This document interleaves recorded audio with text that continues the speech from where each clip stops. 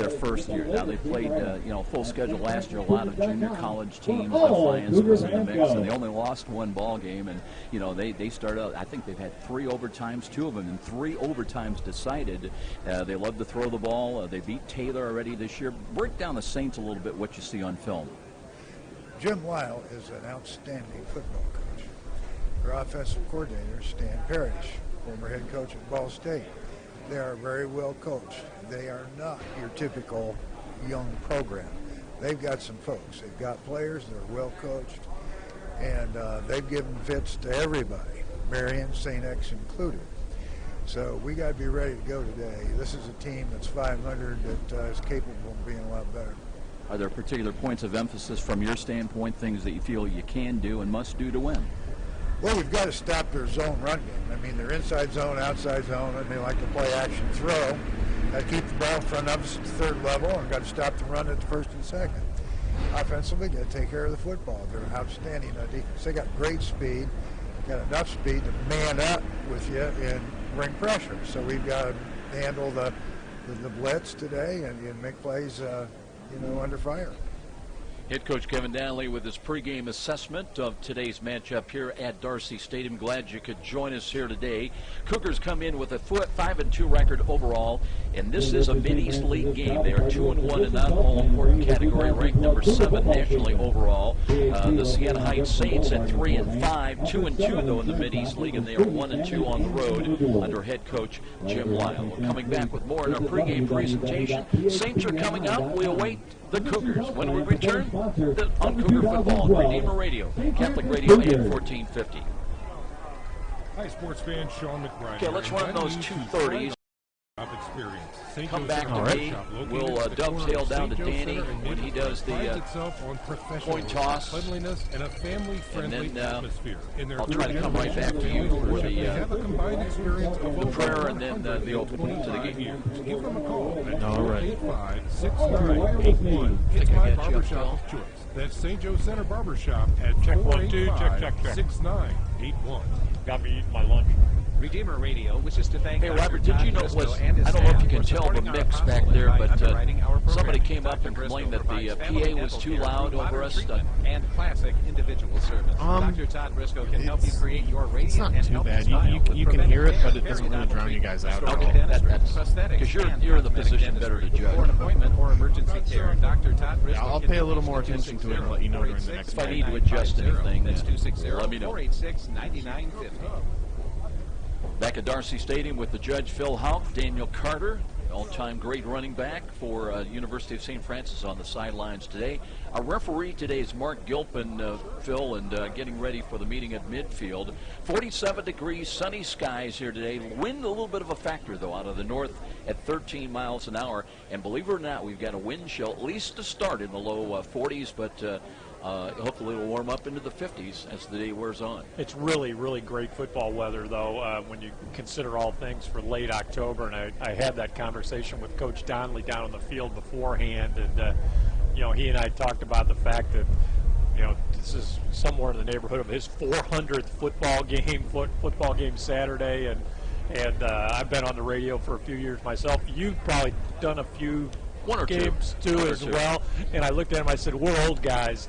I said, but we're still doing really good, Coach. Actually, I may have said it in a slightly different way, but he's very excited about this. And he knows, the reason Kevin Donnelly knows or is excited is because he knows that he has a very dangerous football team capable of beating anybody in the country. Those 2 losses this season, he had both those teams on the ropes. And, boy, he'd love to get another shot at them. But to do that, the Cougars have got to win out. They've got to win these last 3 games. They cannot stumble. A 3-loss team will not go to the playoffs. And how about your keys for today's game? Well, USF has to offensively, I think they've got to hand out some heavy doses of Antoine Campbell. We're not sure about the passing game. Josh Miller will start the football game today, but he's coming back from injury.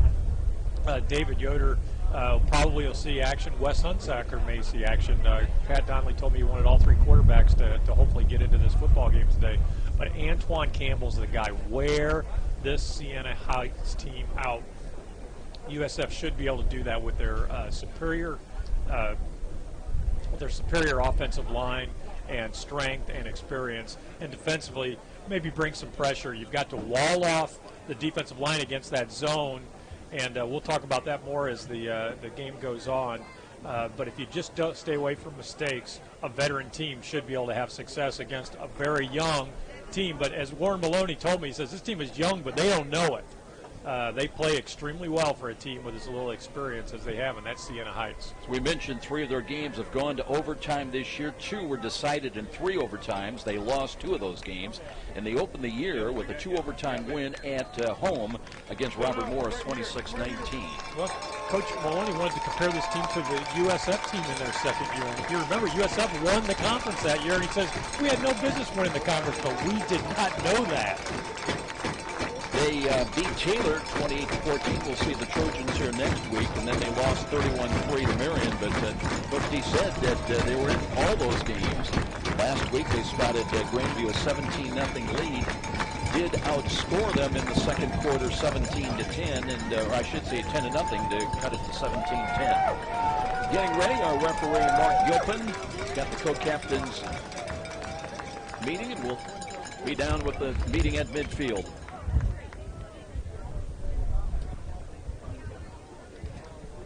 Gentlemen, that's Scott will be your umpire. My name's Mark. I'll be your referee for today's game, okay? Great afternoon for football. Good thing we've got sun and no rain, right? You guys are probably tired of playing in the rain. Visitors, you're going to be the guy calling for me? Are you sure, or you want him to? You got it? All right. Coin. Tails, heads. Tails, heads. All right? I'm going to flip it in the... Before I throw...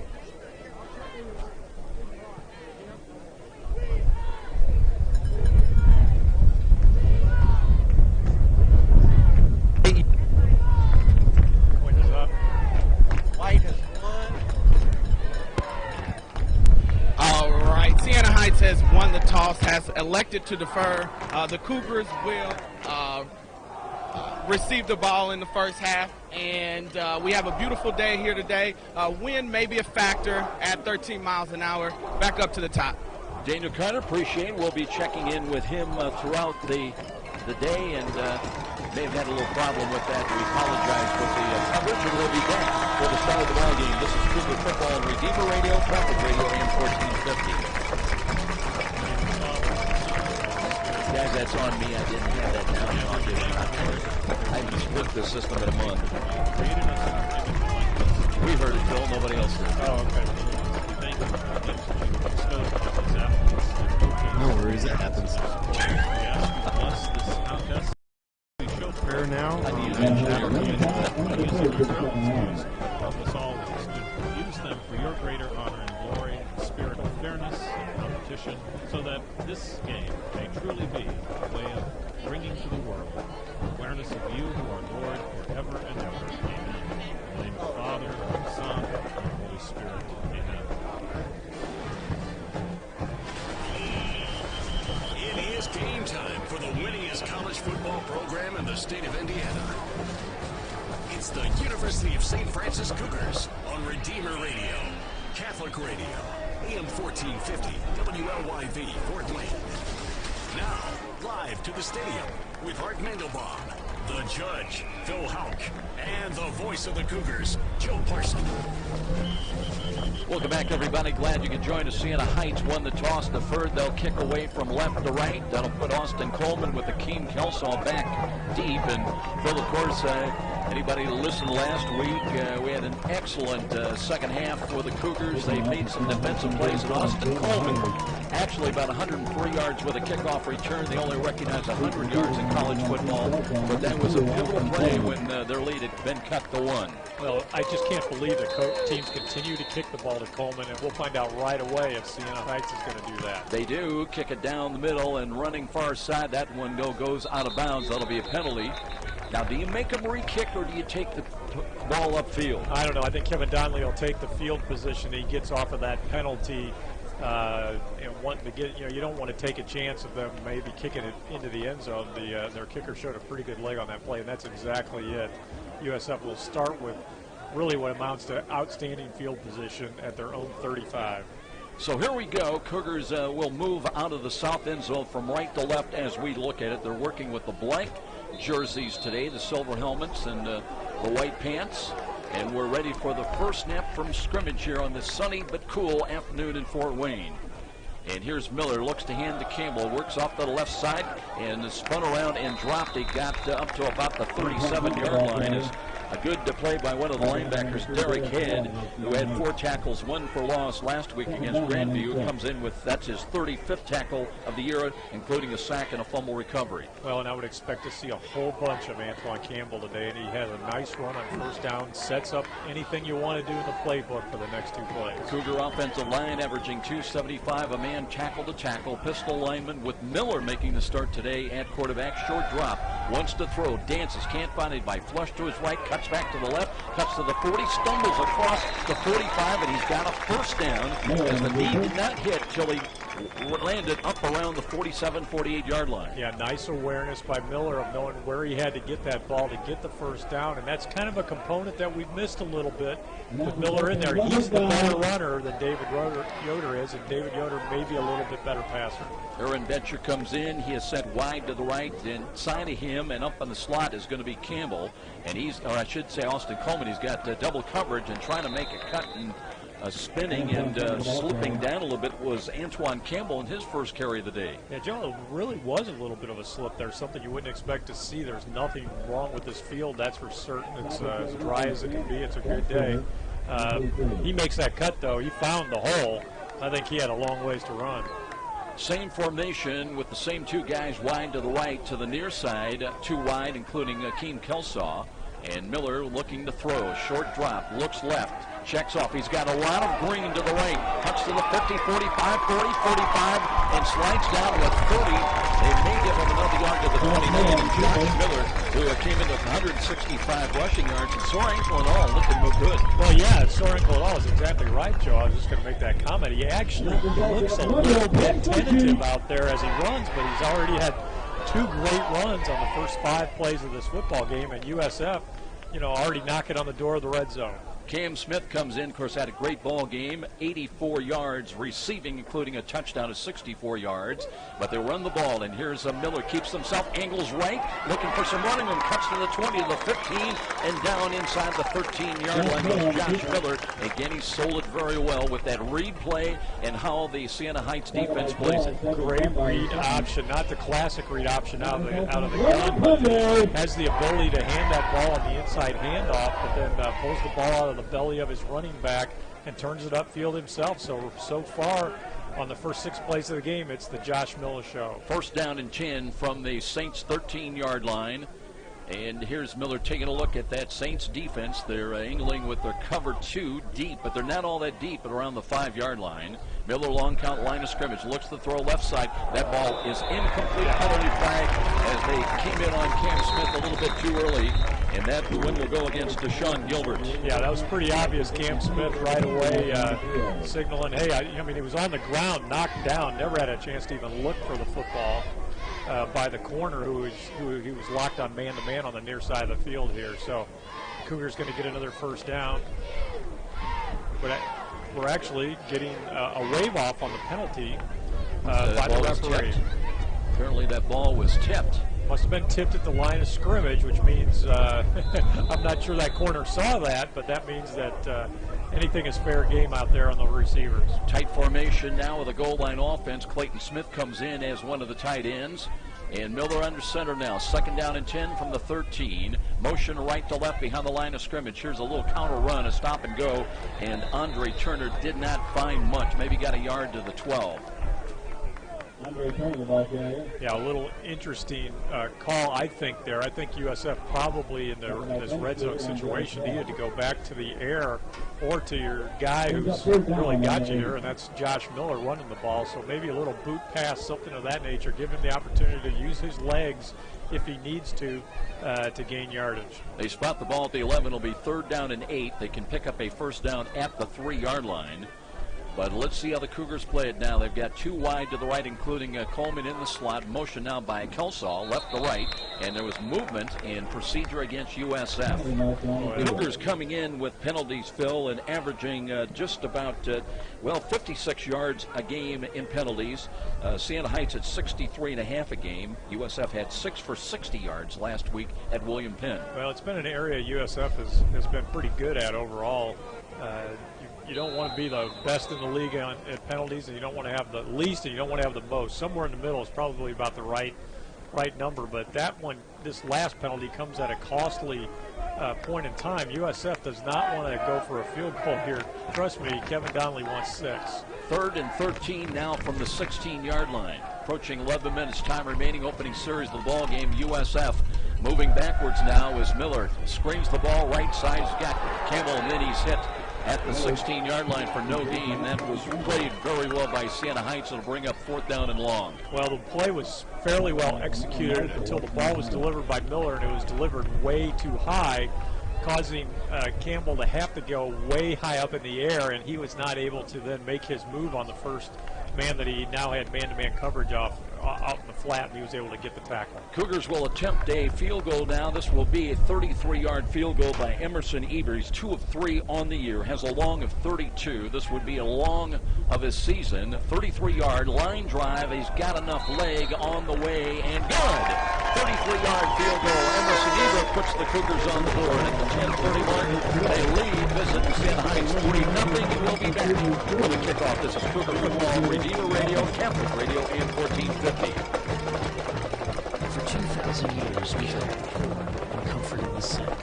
We've educated generations of children. All right, this is our first 30 here. We support marriage and human rights. And we've got 2 more after this for the first one. Compile the Bible. We got time. I'll try and do the read when we come back. With over 1 billion in our family, sharing in the fullness of Christian faith in the church started by Jesus. If you've been away, visit CatholicsComeHome.org today. Welcome home. 3-0 Cougars. Glad you could join us here today. USF glad to be back home and leading it on the 33-yard field goal by Emerson Eber. And fans, if you can hear this game, it is thanks to our communication sponsor, Dr. Todd and Mary Briscoe of Briscoe Family Dentistry. Their generous financial support makes this Redeemer Radio sports broadcast possible. Need emergency dental care? Call Dr. Briscoe at 486-9950. 486-9950. Cougars wanted 7, but they'll settle for 3. Now they'll kick it away from right to left, and the Saints offense will get their first crack. End over end kick comes down. That's let to bounding through. It picked up at the 3, and then out of bounds. So a lot of problems that time. And Raphael Dunson never could find the handle. So it'll be a ball to Siena Heights. They've got one of their players is a little slow getting up as well. Looked like on the kick return, Corey Carpenter shaken up. But the Saints will have the ball 1st and 10. Yeah, Dunson just didn't quite know what to do with that knuckleball after it landed. Carmen with a nice, I thought, line drive kick into the teeth of a pretty stiff wind.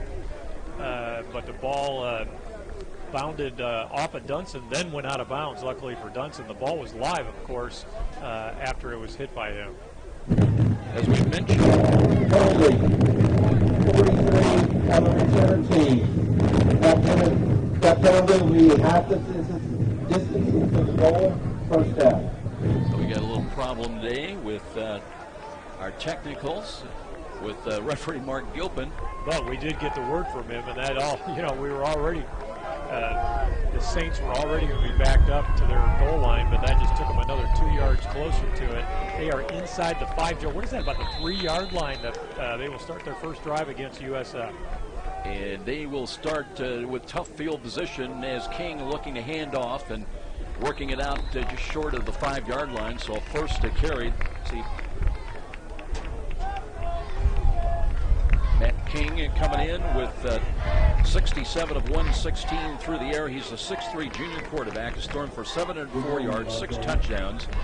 It's been picked off only once.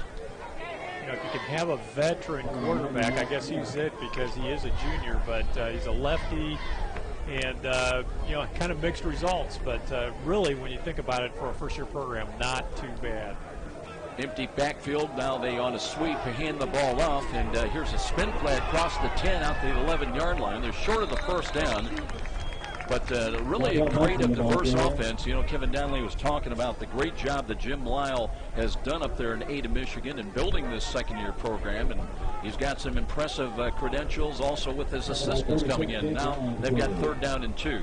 Well, he's got coordinated his offense. He has the former head coach at Ball State, I believe from Colorado State. That would be Stan Parrish, who has made his way up to Michigan to help out Stan Lyle to coordinate and build this football program at Siena Heights. Going to go with the empty backfield once again. And little motion back resetting in the backfield. And that is going to be Raphael Dunson as King wants to throw, launches it near side, has got a catch, but they will not get the first down. The ball may have caught 3. St. Francis has got it. Let's check the fumble recovery. They got the ball into Dunson's hand. So fumble recovery, and St. Francis leading it 3-0. Will have a chance to add to their lead. I think that was Justin Juarez, and maybe Danny's got a report for us down there as to exactly what transpired there. Our view is a little bit shielded, but a big break early on for USF. They pick up their first turnover of the day. Let's go down and check in with Daniel Carter if we can and see if he's got who came up with that loose football. But I will check with him and find out and check back in with you. And Cougars with the ball now and run inside the, well, they had it at the 8-yard line, and they'll get about a yard. But a fumble recovery gives them a chance to add to the 3-0 lead. Now it'll be spotted at the 7. That's a gain of about 4 yards. So it looks like they actually spotted that ball out around the 12-yard line to start this particular drive. Motion as Campbell sets up in the I and cuts to the middle and took a big vicious hit out high, but spun off of it inside the 5 down to about the 4. And he's getting a little closer to that first down game. That, you know, that's an example of just how good Campbell is as showing patience, because on his first hit he spun and finally felt where he knew where that pressure was coming from and got his body situated so he would fall forward and gain 2 yards as the punctuation mark on that little inside run. 3rd down and 3 coming up for USF. They can pick up a first down, but they will get a touchdown on a 3-yard dash. That's for the House getting his 5th rushing touchdown of the season at the 7:49 mark. And the Cougars, just like that, are up here at home 9-0 on visiting Siena Heights. Yeah, that was easy, and that's the way you gotta just take advantage of your opportunities when USF that big fumble after the big hit. I think it was by Juarez. USF scored just 2 plays later. Eber looking to add the 10th point of the first. A quarter on the way, got a lot of elevation, and it is good. 10-0 USF. As the 7th-ranked Cougars open with a strong opening performance here, and we'll step out. This is Cougar Football on Redeemer Radio, Catholic Radio, AM 1450. Just a 30.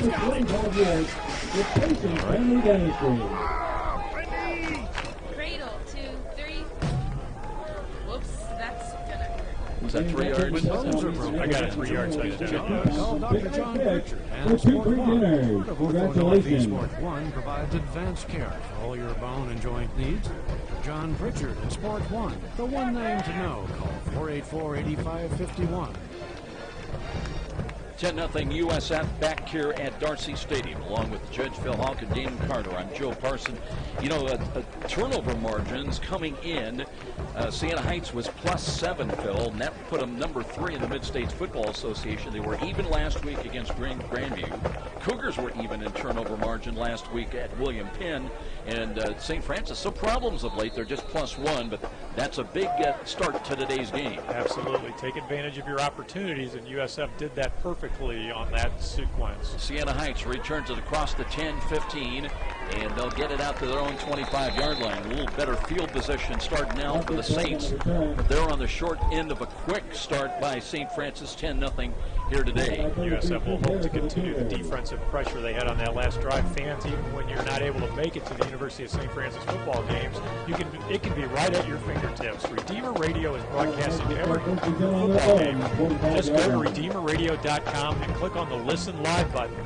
Find out more about the Dwenger Lures and CYO football, which is carried on Redeemer Radio as well, and other great Catholic programming. With RedeemerRadio.com, you'll never miss another Cougar football game. Reggie Blackman from Snyder checks into the offensive set as a wideout. They'll run the ball, though, and a little curl play up the middle gets 5 yards for the Saints. They'll bring it out just short of the 30. It'll be a 4-yard gain to the 29-yard line.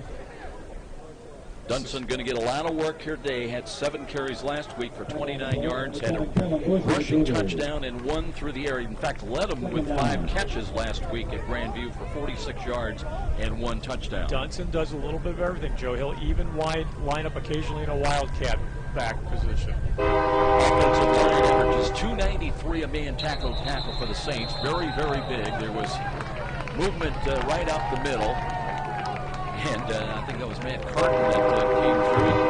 Kevin Bush there as well. It's going to be procedure. They came out there. Offense, number 70, 5-yard penalty, 2nd down. Joe, you mentioned how big that offensive line is. Jonathan Dozier is 6'8", 330 pounds. I stood next to him down the field before the game. He may be the largest NAIA athlete I have ever seen. And just a sophomore, just a baby still growing. 2nd down and 11 now after the penalty walk-off. Here's King, wants to throw, left-hander, completes it, but didn't get much there. The Cougars played tight on that one defensively. They'll get a gain up across the 26 to the 27-yard line. And it'll bring up still 3rd down and long. They've got to get out to their own 35-yard line. On 3rd down, Siena Heights comes in 42 of 131 for 32%. That puts them 3rd last in the MSFA at Grandview last week. They're just 2 of 15 on 3rd down conversion chances. King out of the gun. He's got a protector to his right. Looks to hand it off. No, and he did give it off to Dunson. Dunson is going to be well short of the 1st down. Able to run and twist his way only to the 30-yard line. So it'll bring up 4th down and 5, and you would expect they'll bring in Jonah Harder to kick, I should say Kyle Timmis to kick the ball away. The Cougars have to be happy with the 2 performances on the first 2 defensive sequences. First sequence, first set of downs for Siena. USF forced a fumble, and now on this 2nd sequence, it's going to be a 3-and-out. Timmis is waiting for the snap back at the 15. Had 7 punts last week, had a long of 39, runs up to it, kicks it, wobbly ball. Knight calls fair catch and locates it and grabs it at the USF 32-33-yard line. So the Cougars leading at 10-0. They'll get the offense back on the field here. Well, Joe, if you remember on that first drive, USF moved the ball very nicely down and then got down to the 10-yard line and then were hurt by a penalty, but most of those yards on the first drive for USF came when Josh Miller ran the football. So look for Cougars maybe to go back to that. Miller already on 3 carries, 47 yards. Cam Smith in wide to the left. That's the wide side of the field. Deshaun Gilbert playing way off. As here's the little dive play. Now they try to run the ball, and that time was well defended by the Saints as there's maybe a gain of 1 yard just to the 31. Timing just seemed to be all off on that play. Not sure what happened there, but Siena did a nice job of blowing that play up. That read option actually was the play that Miller broke for about 22 on the first drive of the day. That time it loses 2. Yeah, I said it was a gain. It's actually a loss of 1, 2nd down and 11. Pistol alignment for Miller again, waiting for the snap now, wants to throw, looks right, screens the ball. Kelso got a block, 35-40. Fights for the 1st down stick. I think he's short by about 1.5 yards as he is bumped out of bounds on the far side around just across the 40-yard line. Aaron Knight is the man who sprung that play, Joe. He just kind of cracks back and goes right after the man who's in Akeem Kelsaw's defender and opens that up. The ball, the throw is behind the line of scrimmage, and it opens up Kelsaw to get some space to maneuver. Kelsaw's 32nd catch of the year that came in tied for number 10 in receiving receptions. And the Cougars trying to run for the first down. It'll be depending on the spot. They needed about 2 yards, and the gain is up close to just between the 42 and the 43. Referee Mark Gilpin's going to take a look. He indicates 1st and 10. Yeah, I was going to say we might even get a measurement on that, but Gilpin's eyes are better than mine, and I like his judgment as well. So USF moves the chain on their first 3 downs, and look for them to try and open this thing up, though. They've been playing it pretty tight to the vest. I think look for Miller to throw the ball downfield. Campbell remains in. There's the running back lined up behind Josh Miller. Miller with the snap, wants to throw again, looks over the middle, throws a little range, he's got to catch at the 38-yard line. So it'll be a first down for St. Francis, that time going to the air. Well, you just kind of had the feeling that the feel for Pat Donnelly and Kevin Donnelly's play calling philosophy that they were due to get that ball up the field. Penalty flag, though, is going to wipe it out. The catch made by Colin Harris, by the way. Holding. Offense, number 68. Send-on penalty, first down. Zach Reiner called for the penalty. By the way, it's Bryce Darling at center today. Jesse Boley, Zach Reiner starting at guards. Cam Edwards and Keegan Morris. They average 275 a man, tackle to tackle. But instead of having the ball inside the 40-yard line, now it's going to be 1st and 20. USF back at the Cougar 32-yard line, leading it though with 4:13 remaining. Opening quarter here at home at 10-0.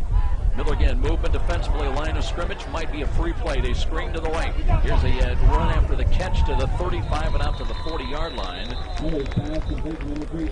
Aaron Knight on the receiving end of that play. Now maybe a little bit of a decision. Do you take the penalty, or do you, it would be 1st and 15, or it's going to be 2nd down and about 13? Well, I think you're going to want to preserve that extra down, Joe, because either way you've got a long ways to go to get a first down.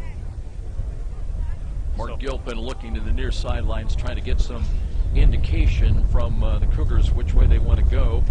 And apparently they are going to accept the penalty, so it will remain 1st down. Defense, 5-yard penalty, replay, first down.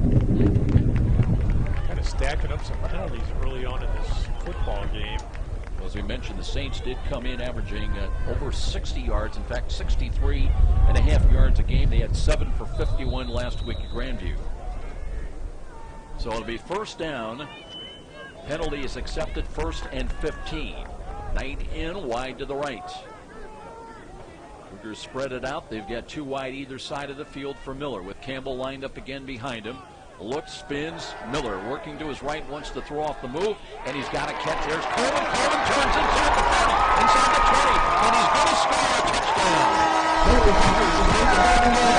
47-yard touchdown from Josh Miller with a little spin, bootleg move out to the right side, hit Coleman in stride, and he scampers the final 25 yards to Peters. Well, the Cougars were locked on, from their own 37-yard line, and Miller delivered that ball very cleanly up the field nicely, but it looked like it was going to be good for just, maybe a 20-25 pedestrian-type play, but nothing's pedestrian when the ball gets in the hands of Austin Coleman. He just turned on the jets, got to the sideline, and he was gone. Eager run to try to make a 17-0 lead as he arches it toward the uprights, and he's got a conversion. 17-0 Cougars, and for the 2nd straight week, Santa Heights on the road and trailing early, 17-0. We'll be back to football on Redeemer Radio, Catholic Radio, AM 1450. 63 yards. He was in his own 37.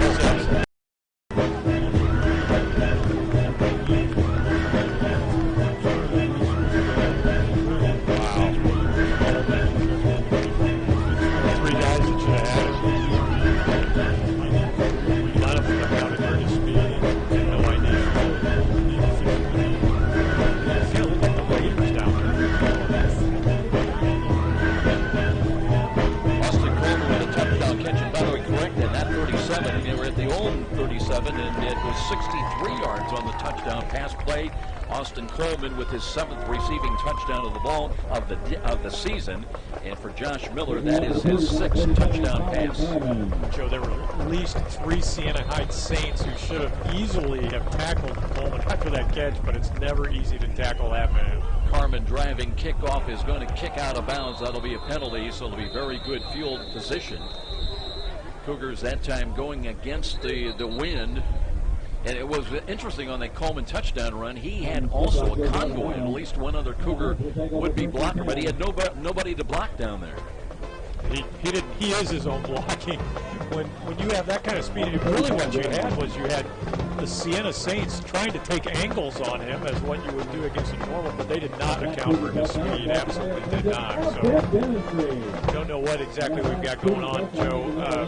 Both teams are huddled up on their respective sidelines. Are we going to re-kick this one? Daniel Carter, let's get out and check in, see if he's picking up down there. On the kicking team. 5-yard penalty will be added at the end of the spot. First down.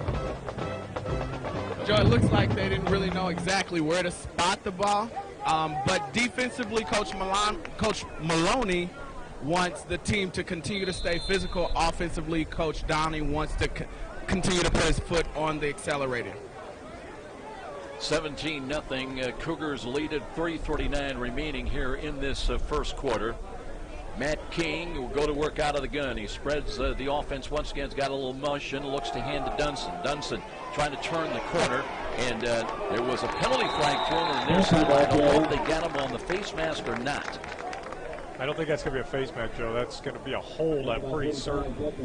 As Justin Warhouse got wrestled to the ground, it looked like we were watching the World Wrestling Federation down there. Taylor Brown, one of the Cougars did a great job of maintaining containment to the outside. Dunson did not get a block and nowhere to turn the corner. And that is the indication. Mark Gilpin tells us holding against Siena Heights. So you're right, Phil. They've got a number of penalties already in this first quarter. On the offense, 10-yard penalty. Replay, first down. I think that's the 5th penalty already, and I'll get the number as soon as I can get a stats update. But a young, inexperienced team. I guess it's kind of what you might expect. But Siena, coming into this ball game, hadn't necessarily played like a young, inexperienced team. But maybe this veteran USF team, one of the best teams in the country, is kind of showing some of their weaknesses. Officials still debating exactly where they want to spot that football, so a little bit of a delay. Conference among the officials still going on here. Take a look at some of the other games going on elsewhere. Number 1 Marion home today. They're hosting Menlo of California. Concordia on the road at St. Xavier. Taylor's Idol today will see the Trojans in the final regular season home game next Saturday for St. Francis. That'll be, can you believe it's going to be November next week? November the 3rd, 12 noon. Taylor here, and our pregame on Redeemer Radio begins at 11:45 a.m.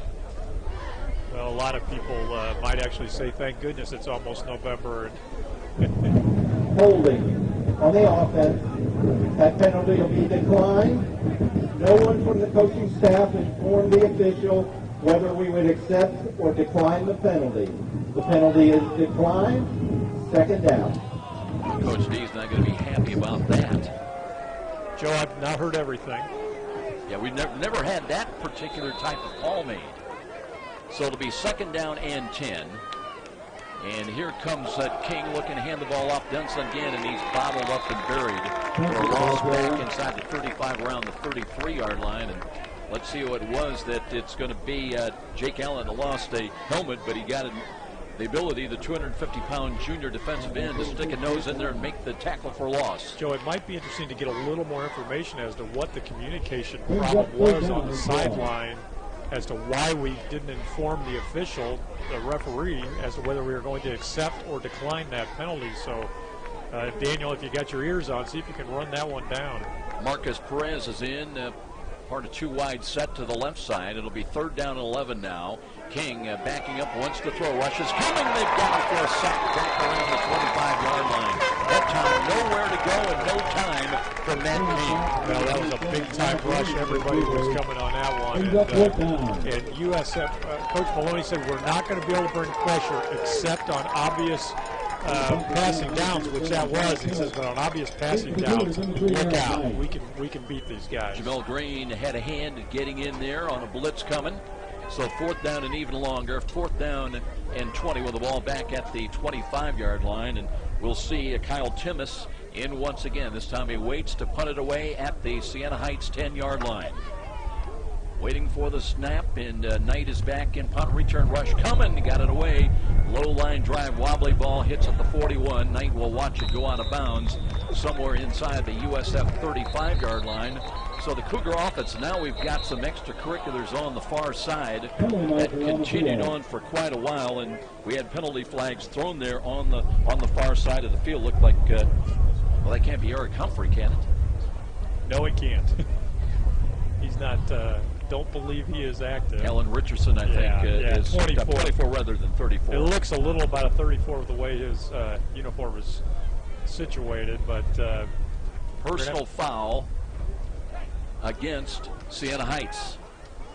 So that'll be a 15-yard walk-off against the Saints. Yeah, and a lot of times when you see that, you expect to see offsetting penalties, but that means it had to be pretty egregious on the part of Siena Heights as to what's going on down on that field. Daniel Carter, I don't know, we'll go down and check in with you and see if you were able to discern what happened on that earlier penalty where nobody communicated to the officials. On that particular play, it seemed as though, to me, Coach Maloney had told refs that we were going to decline. The refs thought that we were going to accept it, so they marked off that -10. Then they had lost the spot, so they put them back at 2nd and 10. And the bottom line is Cougars didn't look like they were all that upset about it. I think it ended just the way they wanted. They wanted to decline the penalty. So 1st and 10 with improving field position now at the USF 48-yard line. Here comes Miller again, 3 wide to the right. He'll hand to Campbell. Campbell looking for some running room, and this is a pretty good defense by Siena Heights up the middle as they stop it for little, if any gain. But they couldn't get a clean hit on Campbell down there. You notice that, Joe, that even though they were there in position to make the play, he just moves well and he pushes away from pressure, and he's so good at his inside and he's so patient. He still couldn't get a clean hit on him. They never did bring him down, except they clearly stopped his forward progress at the line of scrimmage. 2nd down and 9. Cam Smith checks in, sent wide to the right side. Deshaun Gilbert's got the coverage. Again, they're in cover 2 with the safeties way back inside the 40-yard line. Option run to the left. The pitch comes to Campbell. Campbell is hit hard. As coming up, Derek Head. They had great lateral pursuit there, and Head with a great tackle in the open, and that stops Campbell after a gain of only about 3 yards. So it's 3rd down, and let's call it 6. So I thought the linebacker Derek Head came in kind of high on that and could have had a hand right up near the face mask of Antoine Campbell, but the official did not see it that way. So a good play by Head. Cougars trying to move the ball to the 42 on 3rd down conversions. They're among the best in the country at 54%, 51 of 95 coming in. Play clock. And here's Miller, drops to throw, looks, steps up, can't find it. Throws late near side. He's got Kelsaw with a catch at the 41. And that is good for a 1st down. Miller, a good decision. He got flushed out of the pocket a little bit, but before it crossed the line of scrimmage, completes that pass to Akeem Kelsaw. Well, a great job and a great decision, but Kelsaw was the guy because once that play gets extended, he's got to find a place where he's going to be open, and Kelsaw found a spot that was beyond the 1st down marker where he could camp out, and now a penalty flag coming in late. Well, that's weird. That was strange. Both the play is way over, and one of the officials comes in near the Cougar sideline and just throws his flag while the teams are both back on their respective sides ready to break their huddles. It's like he threw the flag on the sideline. Maybe it's a sideline violation. Find out here momentarily. Number 81, left field on his own volition, came back in bounds, was the first one to catch the ball, which is illegal. That pass will be incomplete, and will play down. Okay, there you have it. Legal touching the ball. He went out of bounds on his own volition, came back in, was the first to touch it. So it was 3rd down, and now incomplete pass, and it'll bring up 4th down, a loss of down. Yeah, lost it down. It's just like the play didn't happen. Although it happened because you lose your down, but USF now is going to have to punt for the first time on the day. And Colin Carmen now is the top punter in the MSFA, averaging just under 45 yards a punt. He had 4 punts last week at William Penn, averaged over 53 yards a punt, including a long on the day of 74 yards. And this young man, you continue to do that, Phil. You got a chance to play on Sundays. Another flag on the field, Joe. These guys are, they brought plenty of people. I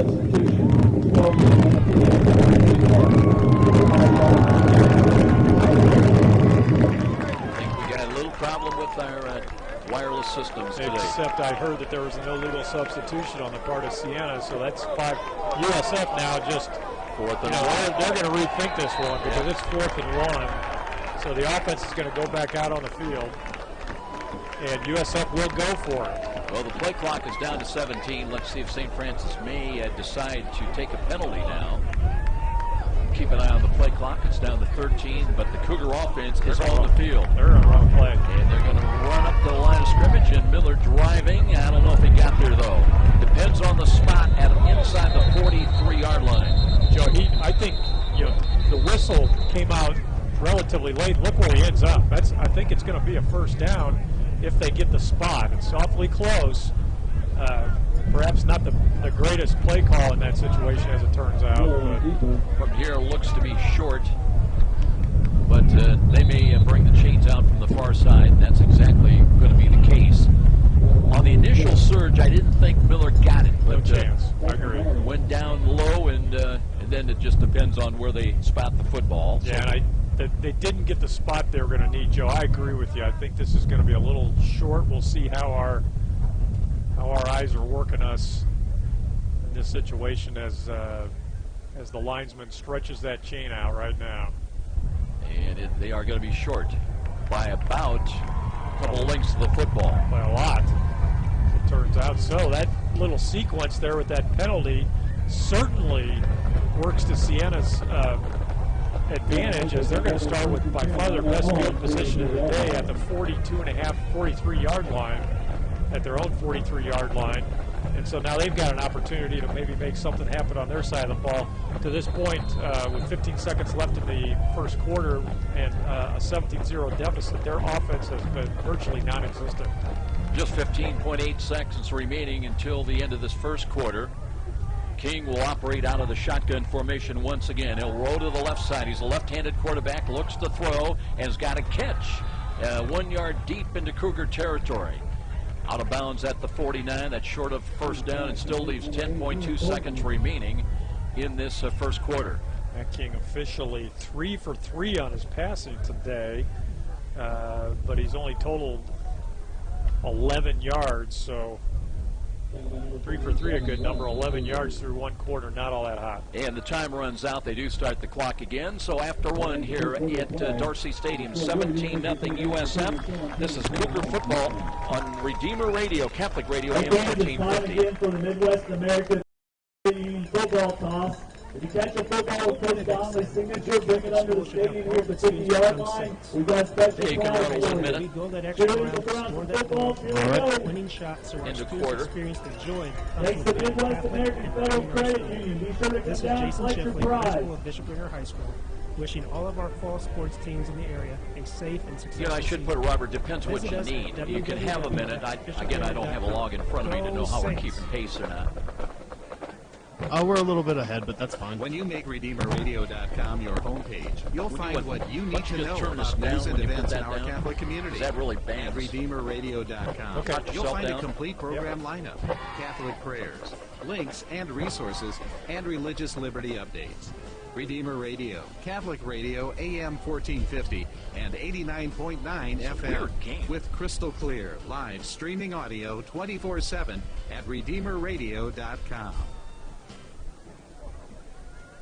Welcome back, everybody, with Judge Phil Houck. I'm Joe Parson. Daniel Carter on the sidelines down below, and 17-0 USF. And they gambled a little bit after that penalty. That illegal substitution gave them a chance, 4th and short, and just couldn't quite get enough yardage. So Now it's going to be 2nd down and 2 for the Saints. They move against the wind from right to left. Siena Heights, Joe, with just 15 yards of total offense in that first quarter, and they had 44 yards of penalties. They reset. They unbalanced with 2 to the right. They'll come over reverse. Dunson working to the 50-yard line, 45-40, and out of bounds near sidelines. It got down to the USF 37, maybe the 36-yard line. So a little creativity. They went unbalanced to the right, and then on a reverse, they came back with Dunson, their main playmaker, sweeping to the left side. And their other big boy, Gage Abersold. We talked about the 6'8 Dozier, the 6'8 330-pounder. Abersold was leading the charge on that reverse. He was out there throwing a block, 6'5", 310. As Coach Maloney told me, 2 of the biggest human beings he's ever seen are on this offensive line for Siena Heights. Reggie Blackman out of Snyder High School comes in now for the Saints. He's wide to the right side. They're playing a little bit off of him. Option run to the right and a counter run back to the left. Cougars stopped that one as spinning inside the 35 to about the 34-yard line. Got a new number in there. And running the ball, it might have been Caleb Goings, as he'll pick up a couple of yards, 2nd down and 8. Torres are on the tackle, coming around the corner, bending out of his outside linebacker position. Number 23 is Caleb Goings. Yeah, I've got him. Number 20 is actually Caleb Goings. We just got a note. We don't have 23 on their roster. Right. Here's a pass near side. That's a catch. And they'll have a 1st down inside the USF 25. As on the receiving end this time, we believe is going to be Donovan Campbell. Campbell leads them with receptions. That's his 27th of the year. Came in with 348 receiving yards and 5 touchdowns. So Siena now got something to go, and they put 4 straight plays together, and they're now knocking on the door of the red zone, have penetrated to the 22, and that all happened as a result of USF going for it on 4th down and being unsuccessful. Ian Thornton in. He's the lone wide out to the right side. 2 wide to the short to the left. Here is King, play action fake. Rolls to his left. He can run. He can throw. He throws and drop ball. In and out of the hands. That time incomplete. Looked like they were trying to go to Chris Van. Well, you can see that right now that Siena has gone to this rollout game with the boot passes. They do play action to the far side of the field in that example of the last play with zone action. USF then has to bend from the backside to try and catch up with that play, and therefore that opens up the bootleg coming to the near side. So watch for Coach Maloney to take the next step in trying to defend that action. Lance Carey comes in. 4 down lineman defensive look. Front 4 for USF now. 2nd down and 10. King in the pocket straightaway, throws to the right's got a catch, and they'll have a gain down at about the 16-yard line. Did the ball come loose? The whistles may have blown. It was picked up, but officials ruling it down on contact.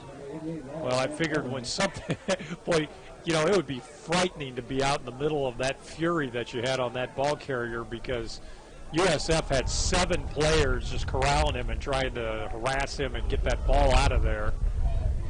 And a week ago, ball did pop out. Grandview led them 17-0 at the end of the first quarter. Siena Heights came back and outscored Grandview 10-0 to cut it to a 17-10 halftime ball game. So they're hanging in there, and they've been in this position before. Blackman in wide to the right side, 2 wide, tight to the left. They look on misdirection, handed off. And that is going to be a run. We're told that is Sean Smith as the running back. Got only another yard to the 15-yard line. So it'll be 4th down and a decision as Jonah Harder is their field goal kicker. He was 2 for 2 last week, had a 35-yarder, and he's going to come on to try to get him on the board. Well, Siena definitely wants points here. This will be a 32-yard attempt. That was his long of the year. He's done a good job, Jonah Harder, 4 of 7 coming in, 2 for 2 last week. 32-yard field goal. Right foot kick is on the way, and that's blocked. As coming in there near side, and that's Taylor Brown that made the block, and no points on the board for the Saints, and the Cougars still lead it 17-0. I think you're right. I think that was Taylor Brown that got his hand up there, and Joe, Taylor Brown leading tackler. Now he's got a blocked blocked field goal to his credit, and USF keeps him out of the house. As Coach Maloney said to me earlier today, if you let the dog in the house, he's going to want to stay. Well, we're just not going to let him in the house, and it looked like Siena was going to get points on the board, but USF's defense comes up big at the end of that drive. We'll check in with Daniel Carter when we get a chance, but that's got to be a big momentum boost for the Cougar defense, who were giving up a little bit of yardage that series. We'll go down after this snap of the football. Meanwhile, the Cougars back to work offensively. 11:34 remaining in the second quarter. They lead at 17-0. Miller to the throw. Time in the pocket. Looks, dances, throws over the middle. He's got Coleman. Coleman hit right when he received the ball and then dropped it. Let's see how they rule it. He went to the ground. Let's see if they call it a catch, and then down on contact. The officials are conferring. Well, I think it's going to be that, or it's going to be an incomplete pass. But the whistle blew before the ball was recovered, so I don't think there's any way that Siena's going to come up with this football. That's the good news. The bad news is it looks like we're going to call that incomplete and say Coleman never had control. Let's go down and check in with Daniel Carter. That's a big play, though, by Taylor Brown. That's a great defensive stance, getting the ball back on their own territory and putting up a good defensive stance.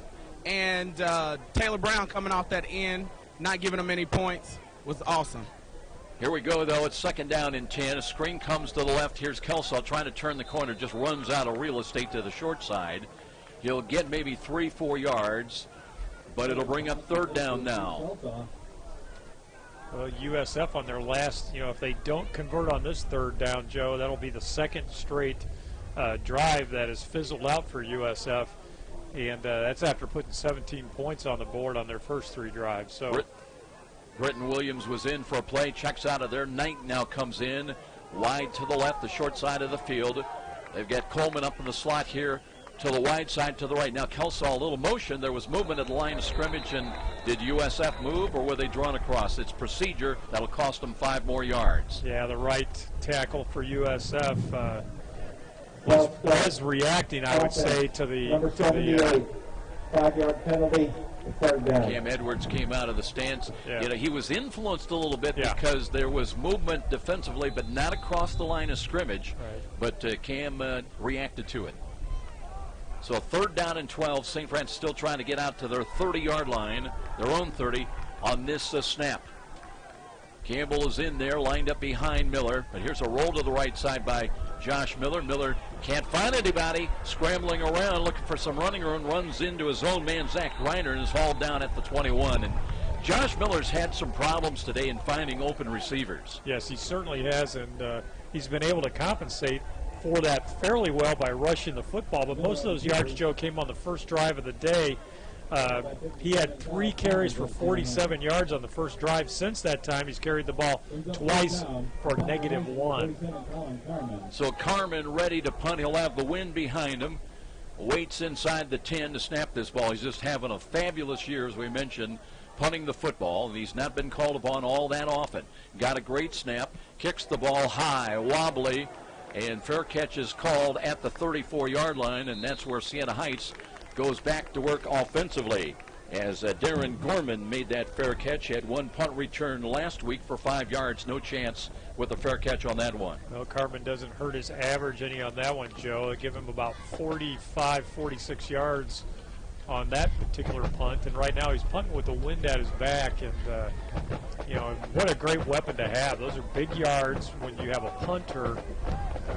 Pedestrian punts 36, 37 yards, but when you can consistently boot it 45, you are a big weapon. Cougars defense, they're going to come up tight now. Cale Tabler's in there. He had a big interception last week on the road in Oskaloosa. Here's a deep handoff. Dunson working off tackle to the right and running over people across the 40. Comes out to about the 41, maybe the 42-yard line. USF's defense, after giving up some yardage on the last drive, Joe, has to be heartened by the fact that they ended up stopping Siena at the end of the drive and holding them to 0 points after they blocked the field goal attempt. Siena trying to get some new numbers in there. Drew Milligan comes in. It'll be that was a gain of 7, second down and short, 2nd and 3. They flip-flop again, 2 to the right side. That Bunch package to the right and a roll. It's a wildcat formation and a run out of it by Raphael Dunson.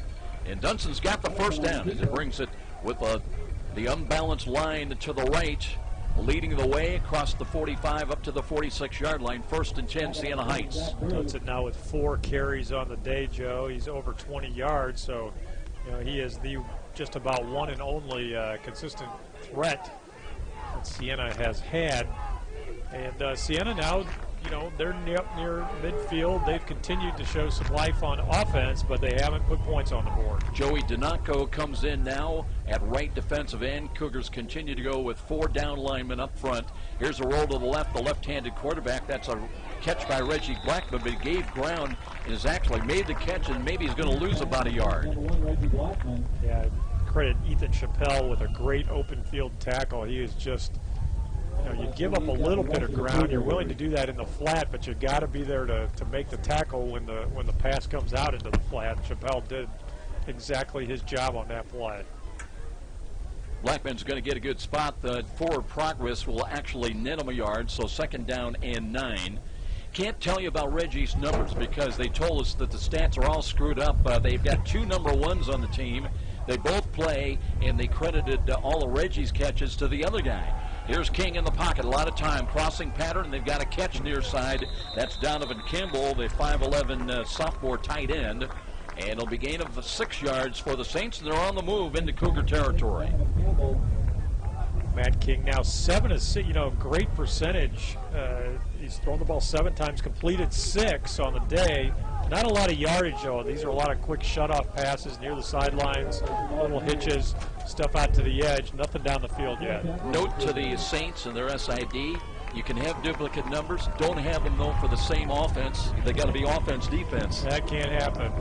Here we go, 3rd down and 4. King trying to make a play, gives ground, wants to screen, steps up, will run, and he will get, he stopped short of the 1st down, got to the 45. He needed to get another 1.5 yards. Kevin Bush asking for a holding penalty down there, and I think he has a pretty good case to be made, but he's going to lose that argument. But the Cougars come up with the stop, and that leads to a big 4th down play, and now it looks like a punt team coming out on for Siena. Siena going to play this one safe. They're down by 17, 6:40 on the clock in the 2nd quarter, and in a position where Kevin Donnelly would be going for it because he did in this same situation about 5 minutes ago. Well, you got to be aware of a direct snap, and maybe on a short yardage, you're already down 17-0 against a top 10 team. Absolutely. But they do snap the ball. Timmis, rugby-style kick, low-line drive, hits inside the 30. Got to stay away from that, and the Cougars do. It'll come to a stop inside the 20 at about the 17 or 18-yard line. That is where St. Francis goes back on offense with 6:15 remaining here in the first half. And leading it 17-0. Joe, RedeemerRadio.com brings you news, streaming audio, pictures of events, live sporting events, and happenings around the area with our community calendar. Check out what's happening at RedeemerRadio.com. Cougar offense on the turf and ready to go to work once again. Josh Miller's gone all the way. He was a game-time decision at quarterback. He rolls to the right side, throws the ball. He's got Cam Smith, and boy, he took a helmet-to-helmet hit right up around the 25-yard line. As Lamar Marshall came over and said, "How do you do?" Yes, he did. And, pretty good pressure, too, was brought to bear on Miller that time. And one of those guys bringing that pressure, defensive tackle Robbie Becker. Well, that name's familiar. Yes, it is. To Redeemer Radio in particular, Robbie Becker, Bishop DeWenger High School. Here's a run back. Campbell's got a little bit of running room, and he continues on to the 40-yard line, taking tacklers with him all the way across the 45 up to the 47-yard line. That's Antoine Campbell, his best run of the day. And, Joe, I don't know how he does that. He got hit and he didn't move. He's not – you look at him, and I've said this before, you look at him when he's in street clothes. I'm not going to say he looks like you and me in street clothes. I'm going to say, he doesn't look like a huge physical specimen, but, boy, he runs like he's just a monument out there. He's got that ability to just maintain his balance and take the hits and just shed them. Amazing. 1st and 10, option run. Miller runs up the middle into Siena Heights territory down to the 46-yard line. So the Cougars now with just over 5 minutes time remaining in this first half and trying to add to their 17-0 lead. They've got Cecil Marius a little slow getting up. He had a big ball game in Des Moines last week with 2 sacks, 6 tackles, 1.5 tackles for loss, and he's going to check out of the ball game running off under his own power. Antoine Campbell, 7 carries, 35 yards on the day. That last one was good for 22.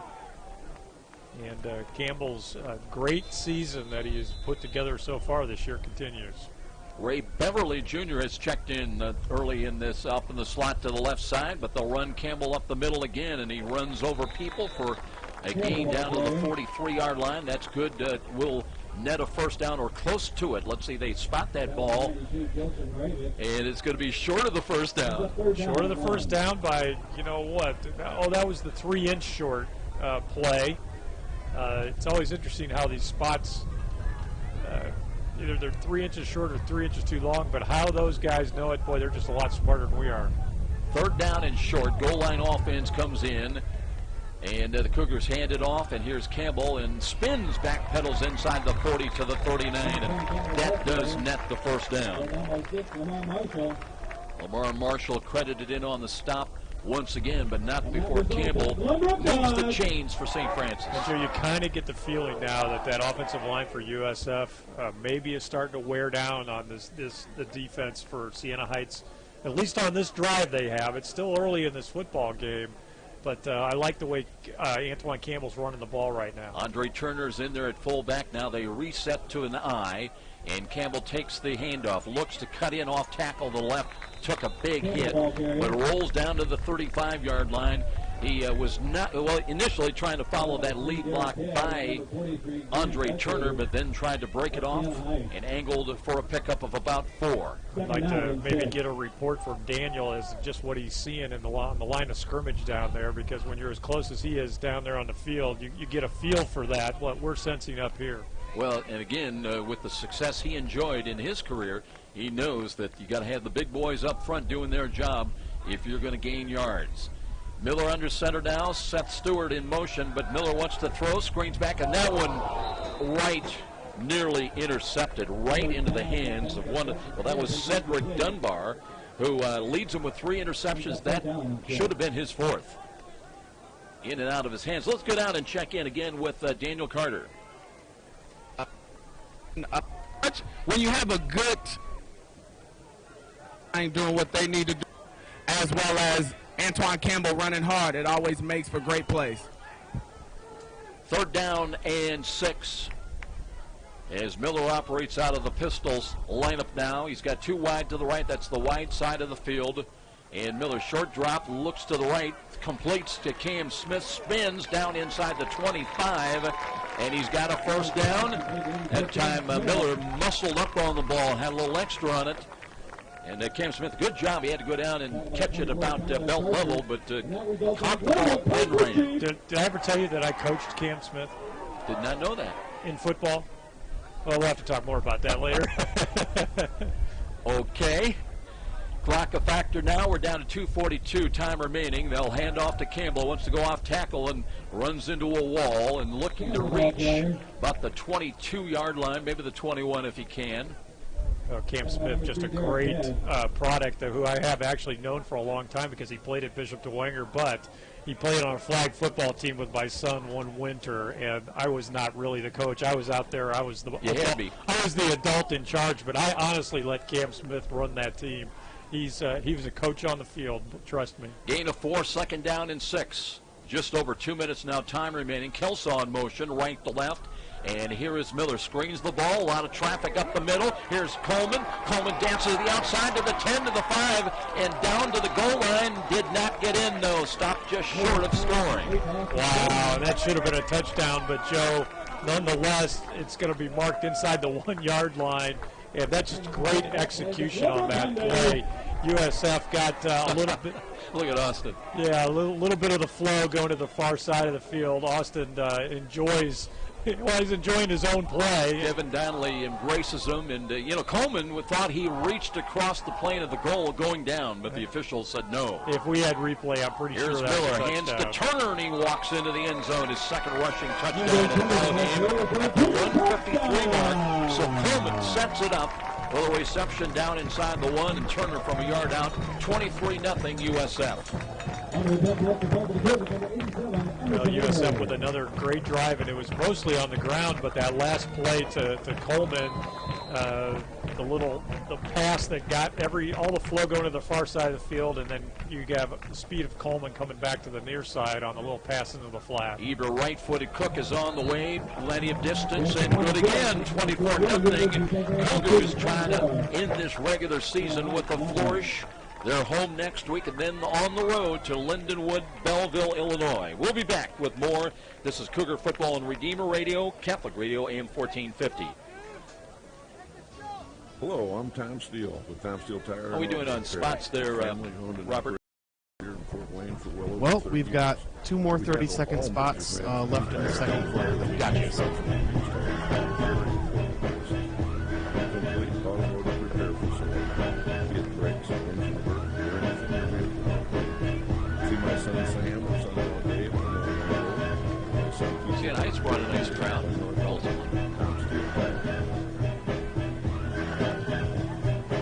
Cougars getting their second rushing touchdown of the ball game from Andre Turner. He had a 3-yard run and now a 1-yarder. 24-0 St. Francis. Taylor in town next Saturday here at Darcy Stadium, again 12 noon. And then on the road for the regular season finale. It's hard for me to imagine, Phil Houck, that we're 2 weeks away from the end of the regular season. Yeah, it is a season that started a long time ago too, Joe, if you look at the calendar in Texas. Endo Wren kick inside the 5, little stop and go move, a return across the 20, out across the 25. And Siena Heights will start 1st and 10 inside their 30 at about the 29-yard line. Siena Heights now, they've had a little bit of success on their last couple of drives, but ended up giving the ball back to St. Francis at the end of the first quarter. They only had 15 yards of total offense. They've turned that around a bit, but USF, they've shown some resiliency out there defensively with a bend but don't break strategy, and they're still pitching that 0 on the scoreboard, and USF taking charge in this football game with a 24-0 lead, 1:44 of the second quarter. We get a chance, we might ask Daniel Carter to check with Austin Coleman. Did he think that he had scored? It looked like he was a little disappointed on that spot of the ball before the Turner touchdown run. Meanwhile, Siena Heights keeping it on the ground. They angle to the left side. They'll pick up about 2 yards with now just 96 seconds remaining in this first half. Well, Danny Carter's going over, and we see him talking to Austin Coleman, and we'll see what he's got to say on that good run. You know what that is? That's 2 sticks of dynamite right there. There you go. Between those two guys. I can't believe they can be in the same room at the same time. Saints checking off a little bit as they're at the line of scrimmage. Play clock was down to 7 now as they look to run a play. We'll go down to Danny right after this snap. High snap, King looking to hand it off, and cut back to the left side. And a gain out across the 30 to the 34-yard line. Let's go down and check in with Daniel Carter. It looked like he was a little upset with the last catch. He had a nice little step back, seen him accelerate a little bit, and then he slowed down. Did you think he was in the end zone, Austin? Yeah, I thought I was because I stretched it at the last minute, but he tried to set my knees down, which wasn't, but hey, it's all right. Touchdown anyway. Good game. Keep it up. All right, Daniel Carter. Well, that's one way to find out. Yeah, ask him live on the air. I like it. Don't tell Coach D. Yeah, but I'll tell you what, obviously we saw it exactly. We have a better view up here sometimes than the officials do, and I thought it was pretty obvious that he extended that football into the end zone, and when that knee went down, it was close, but that's a touchdown in just about everybody's book. Doesn't matter, though. USF scores. It's a team sport, and that's exactly what Austin Coleman acknowledged down there. Cougars did call a timeout. They've got 2 remaining. Siena Heights with all 3 of their complement of timeouts, but really that's not all that much of a factor. It'll be 3rd down and a short 4 for the Saints. They come in averaging 21 points a ball game, giving up 27 a contest, and We mentioned, not your typical, really effectively it's their first year. They did play they played a full schedule, but about 7 or 8 of those games were again against junior varsity teams, club football teams. They did beat, they lost only one game last year, and then come in here today 3-5. Not your typical second-year team. Here's King looking to hand the ball off in a run, and that'll be a gain only across the 36 to the 37. Now with 50 seconds remaining, it'll be 4th down, and the Cougars, I believe, are going to take another timeout. Kevin Donnelly about 4 yards onto the field. And so it'll be timeout USF. 24-0 our score. We'll be back here at Darcy Stadium. This is Cougar Football on Redeemer Radio, Catholic Radio, AM 1450.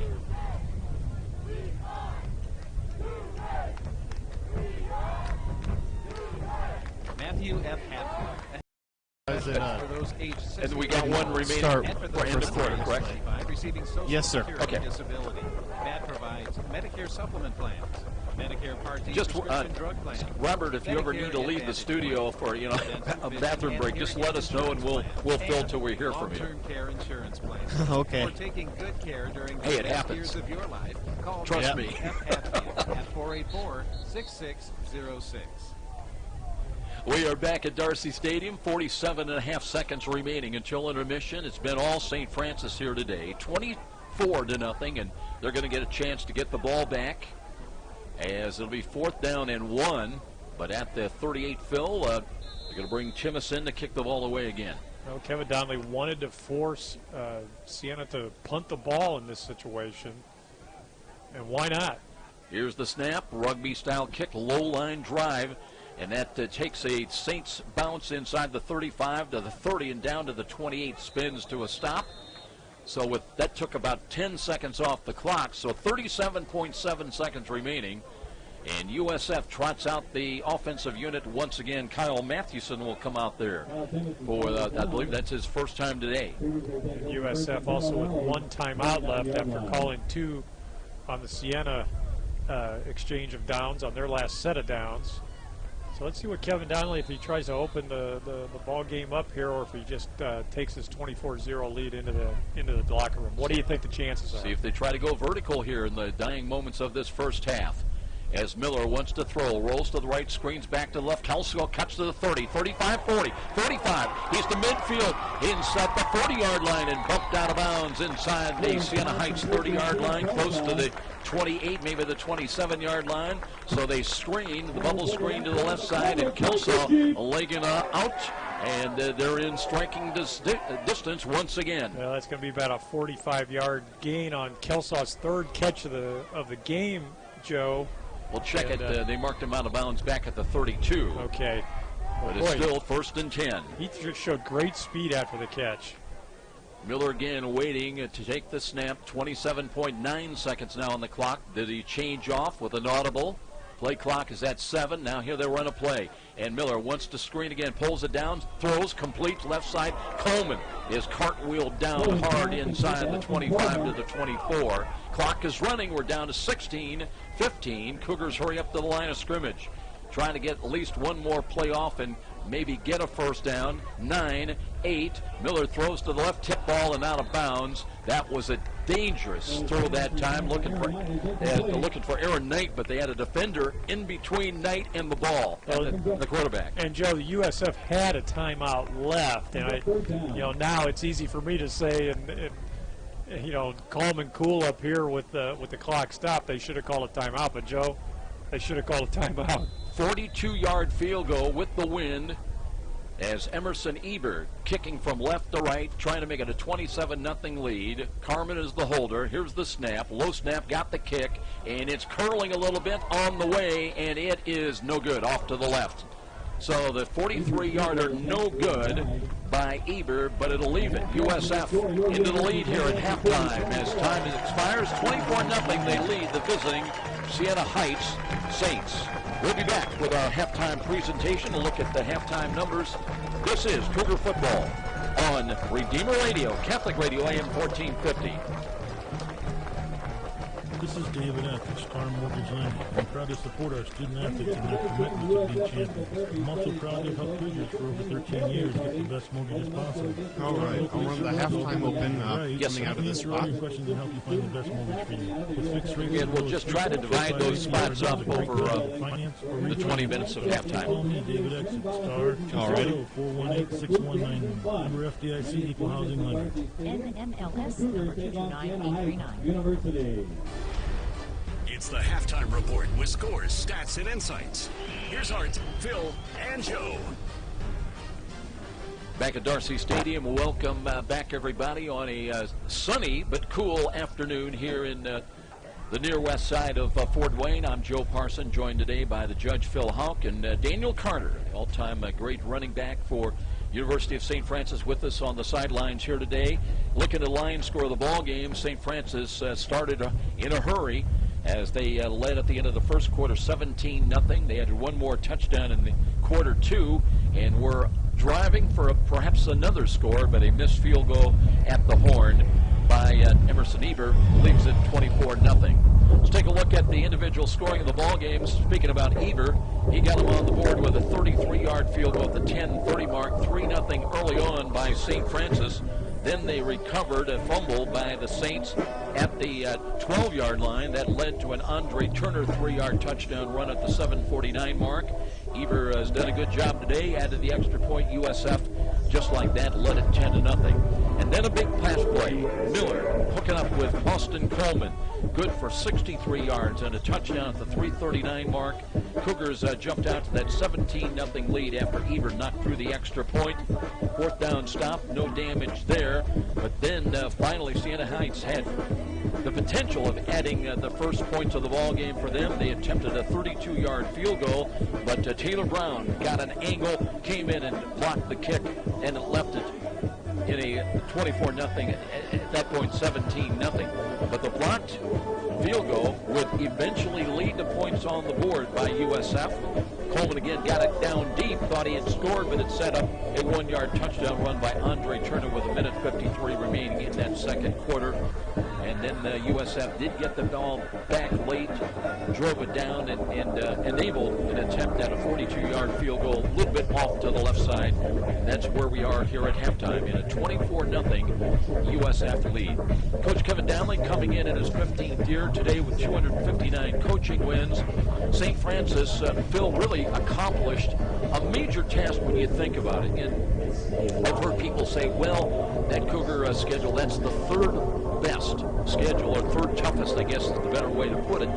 It just beyond my comprehension. You play back-to-back number ones on the road, and then for your bonus, you get to go to an undefeated and ranked number 5 team last week, and you win 2 of those 3 games and had a shot to win all 3. And how people can not say that that's the toughest schedule is beyond me. But USF won the games that they needed to win, especially last week, and now they're 5-2 and in contention for a playoff. Well, I put the challenge out there that if anybody is aware of any team that has ever in successive games played the number 1 team in the country on the road, I don't think anybody's ever played them in successive games, but certainly not on the road. Anytime, and it may well have happened, but nobody's been able to come up with it yet. Not in recent history, I don't. That's for sure, and have the success that USF had in that sequence of games, as you said, on the road. You know, really, I thought had a dominant performance against St. Xavier. It just played an outstanding game up in Chicago to ruin their homecoming, and then you come back a couple of weeks later and you're going against that great Marion. They're a great Marion team. They were just loaded with talent down there right now, and had them on the ropes almost the whole day. And just, you know, the last drive died at the 4-yard line, or else we'd be talking about an even greater accomplishment. But I agree, winning 2 out of 3 under those circumstances is really remarkable. 24-0 here today at home, finally back home after more than a month. And, of course, next week, the regular season finale as St. Francis will take on the Taylor Trojans. That's always a big rivalry game, and Taylor's one of those teams that you cannot look past. They've struggled a little bit this season, but it's a rivalry game, and you know, as we've seen in recent weeks at the high school level, so many upsets, and your position that you want to be playing your best football of the season down the stretch, and in contention to get a playoff berth, you cannot look ahead. Well, we said that USF cannot afford, they cannot stumble anymore after they lost the second game against Marion this season. We've got to win out. Well, the first week of that started, or it starts today. USF doing a great job in the first half this afternoon with a 24-0 lead over this Siena Heights team. But Taylor, you don't have to look back too long ago. Taylor is a program that has really improved itself quite a bit. I think surprisingly has not done well this year, so we know they have the talent to do well, and they'll be pointing towards USF as their opportunity to redeem their season next week. 24-0 here at the half. We're going to step out for these words back to the studios, and then we'll bring the judge in. We'll look at some of the halftime numbers that we've seen, but still 30 minutes to play. But USF on top here at home at 24-0. This is Cougar Football on Redeemer Radio, Catholic Radio, AM 1450. And I just want to recognize the if you're like most football fans, you can't wait for the next game. Okay, Robert, you tell us we've got 14.5 minutes. So you want to just run 1:30, or do you want to double up and do the hot team this week, or the player of the week, Northeast Indiana. Like I say, we want to divide this up over the 14 minutes. All the stats you need to know, and even some you'll want to forget. Look for Game Night's Facebook page to receive up-to-the-minute updates on Northeast Indiana high school football. And I want to congratulate Big Brothers and Big Sisters. Halftime here, and celebration, beautiful sunny day.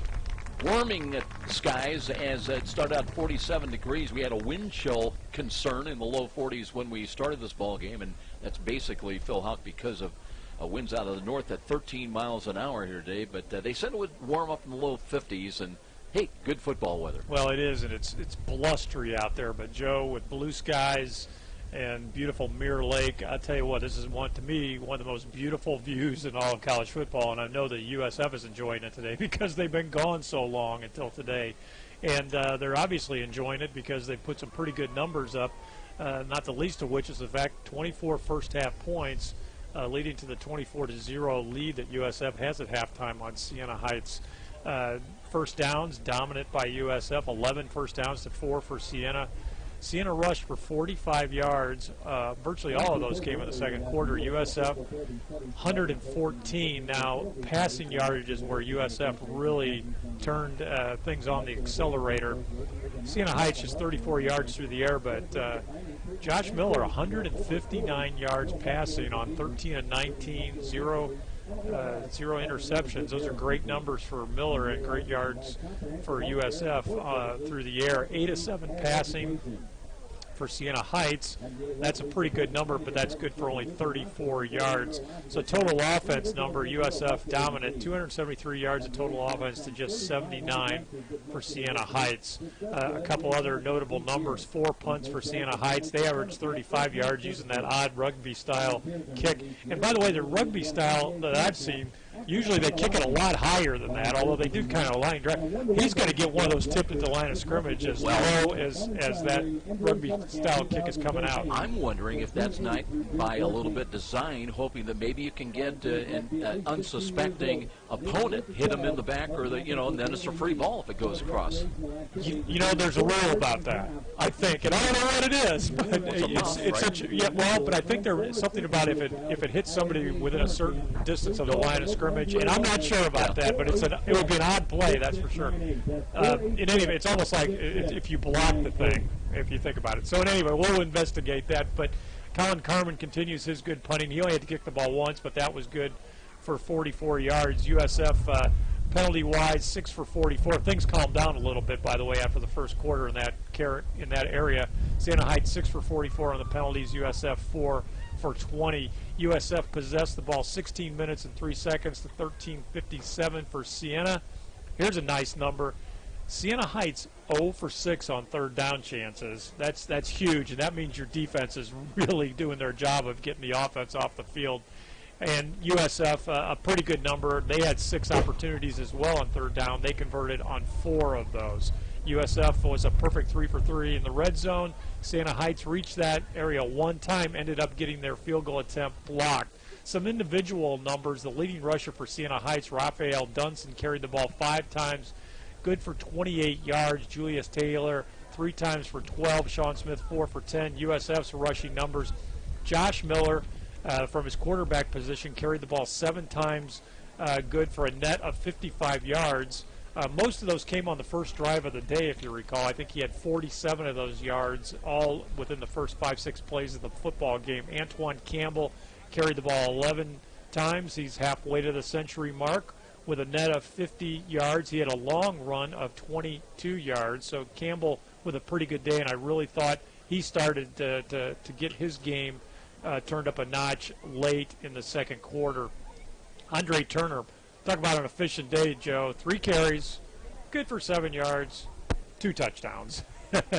Andre Turner, the touchdown vulture today. Kyle Madison carried once for 2 yards. Again, those passing numbers. Matt King, who's gone the entire distance at quarterback for Siena Heights, 8 attempts, 7 complete, 34 yards. He was sacked one time. Josh Miller, 9 of 13, 159 yards, and a touchdown for USF. The receiving numbers, Austin Coleman with a big first half, 3 catches, good for 89 yards and a touchdown, really close to a second one. Akeem Kelsaw also having a nice first half, 3 catches, good for 51, and Cam Smith, 2 catches for 19. Antoine Campbell also added a catch to his repertoire for the first half. Leading receiver for Siena, Campbell had 2 catches, good for 17, and Ian Thornton a catch for 7 yards. Joe, those are the numbers. I mean, the big one that shows the dominance of USF. 273 yards of total offense in the first half to 79 for Siena Heights, and I think the really nice, surprising number for USF is 159 yards through the air for Josh Miller on 9 of 13 passing. And the big number that counts, 24-0 St. Francis here at halftime. We're getting some of the specialists coming out, and we'll be back with more of our halftime presentation after this 1-minute timeout. This is Cougar Football on Redeemer Radio, Catholic Radio, AM 1450. Are you stuck having to find your own health insurance? When my employer dropped out of coverage, I had no idea where to turn. Then I called PHP. That leaves I was us connected with, right away to a 2 real more person minutes worth of right 30 here in our second community. spots. 2 minutes, PHP okay. has an amazing team of member we'll take service 2 more experts breaks who know our local of 1 healthcare minute providers each. and can answer any questions Sounds you good. have. Plus, PHP has a wide range of individual plan we have options time, to meet I'll your do needs this, and make live sure read you and when your we come family back. have You'll the have time, coverage you deserve. Gotta remind And I Danny love to the open fact up that to us. PHP I is sent him a not-for-profit text, and insurance he company, acknowledged, so and the their last time he members did turn come around. first. I don't If know you where need that health came from. insurance, don't put it off he any knew longer. he had to be looking at Contact us. PHP, and a friendly, understanding He just likes service to get down expert there will and take roam, care you of know. you Yeah. and provide all the information you need. You can go to the website phpni.com or call 800-982-6257. Take it from me, in just a few minutes, health insurance will go from scary to simple. All you need is PHP. Saints already with 6 penalties, Phil, in the first half for 44 yards. You know, it's not almost the volume necessarily, but they were victimized timeliness that really hurt them on a number of occasions. Well, their offense got on track to some extent in the second quarter, but it wasn't on track in that first quarter, and that's when most of those penalties came, Joe. You're absolutely right. By the way, Joe, have you heard about Redeemer Radio's Tailgate Talk? I think have. you have. Every Friday night at 6 p.m., Sean McBride, Joe Wharton, Mark Watts, and Northeast Indiana Game Night's Casey O'Boyle take an in-depth look at Allen County high school matchups. You'll hear coach and player interviews and our panel's predictions. Tailgate Talk every Friday at 6, right before the Lures or Dwenger game of the week on Redeemer Radio, Catholic Radio, AM 1450. Redeemer Radio just coming out of a very successful share-a-thon.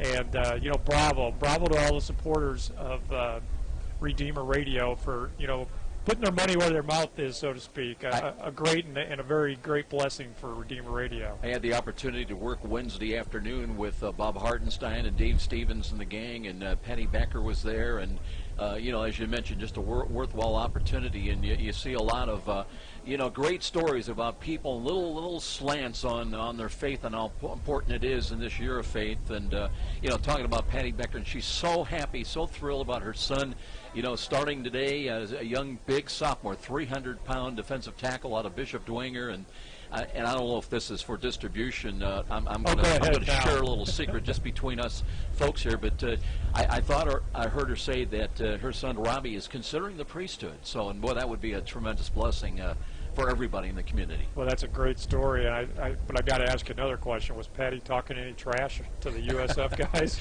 I said, can I say on the air that maybe if they're not playing like Saints necessarily? And she just kind of looked at me. So, well, I'll tell you what, there were a couple of plays in the first half where I thought Robbie Becker stuffed things very nicely up in the middle of things. So, he's obviously got some wonderful goals possibly in his life and things of that nature. But he's a pretty good football player, too, as we saw frequently in his days at Bishop Dwenger and now on the field playing college football. And it's funny how things work out. You go where the opportunity is. We know that in our business and in our personal life. And for Reggie Blackman and Robbie Becker, the grass was greener in Ada, Michigan, playing with this new program, the Siena Heights Saints football program, and Kendrick Thomas from Snyder is there as well. And we wish him well, although not necessarily so much good fortune on today. Well, all those Fort Wayne guys can be very proud of it, but of course, a huge Fort Wayne flavor on the Cougar football team, naturally,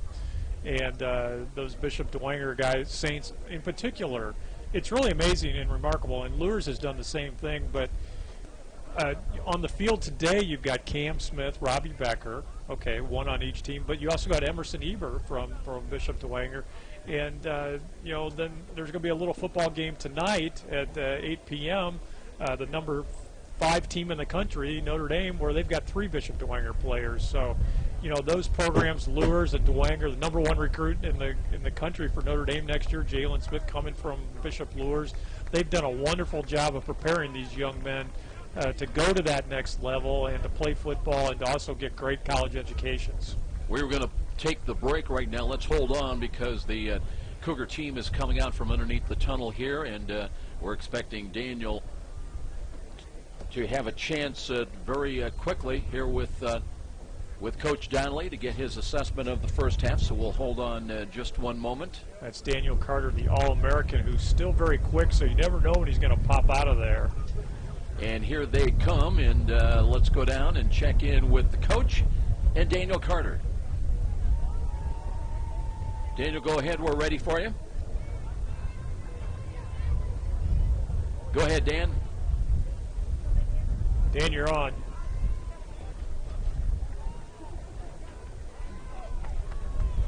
Okay. Lost the coach. Well, he's got to try him now. Here we go. Nope, he can't do it. Looks like Coach Donnelly's got something that he's working on that's probably pretty important down there, like coaching football. We got to take a break, and it's 24-0. This is Cougar Football on Redeemer Radio, Catholic Radio, AM 1450. Sometimes bad things happen to good people. And let's face it, sometimes you need the help of a good attorney to straighten things out. For over 10 years, Denver Jordan has been helping those who need expert litigation and ethical representation, whether it's a need for expert litigation in business, personal injury, or domestic relations. Know that Denver Jordan will always have your best interest in mind. Tell him if you could text him, tell him what he heard. Give us what you heard. That's Denver Jordan, attorney at law, 423-3525. Tri-State Warehousing is one of the most complete service-oriented companies in the warehousing field today. Located in Fort Wayne, Tri-State Warehousing is a 50,000 square foot dry and temperature-controlled storage facility, serving 2/3 of the continental U.S. with overnight rail service. The dedicated staff and specialty services of Tri-State Warehousing are known throughout the industry. For great things in store, call Tri-State Warehousing, 260-436-2010. That's 260-436-2010. We're back. I'm not sure we can get the coach on. Let's go down with Daniel Carter and see what he may have heard in that first half dressing room.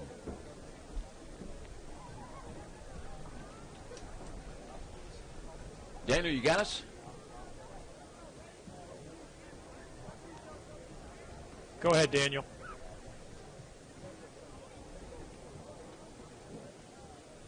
Go ahead.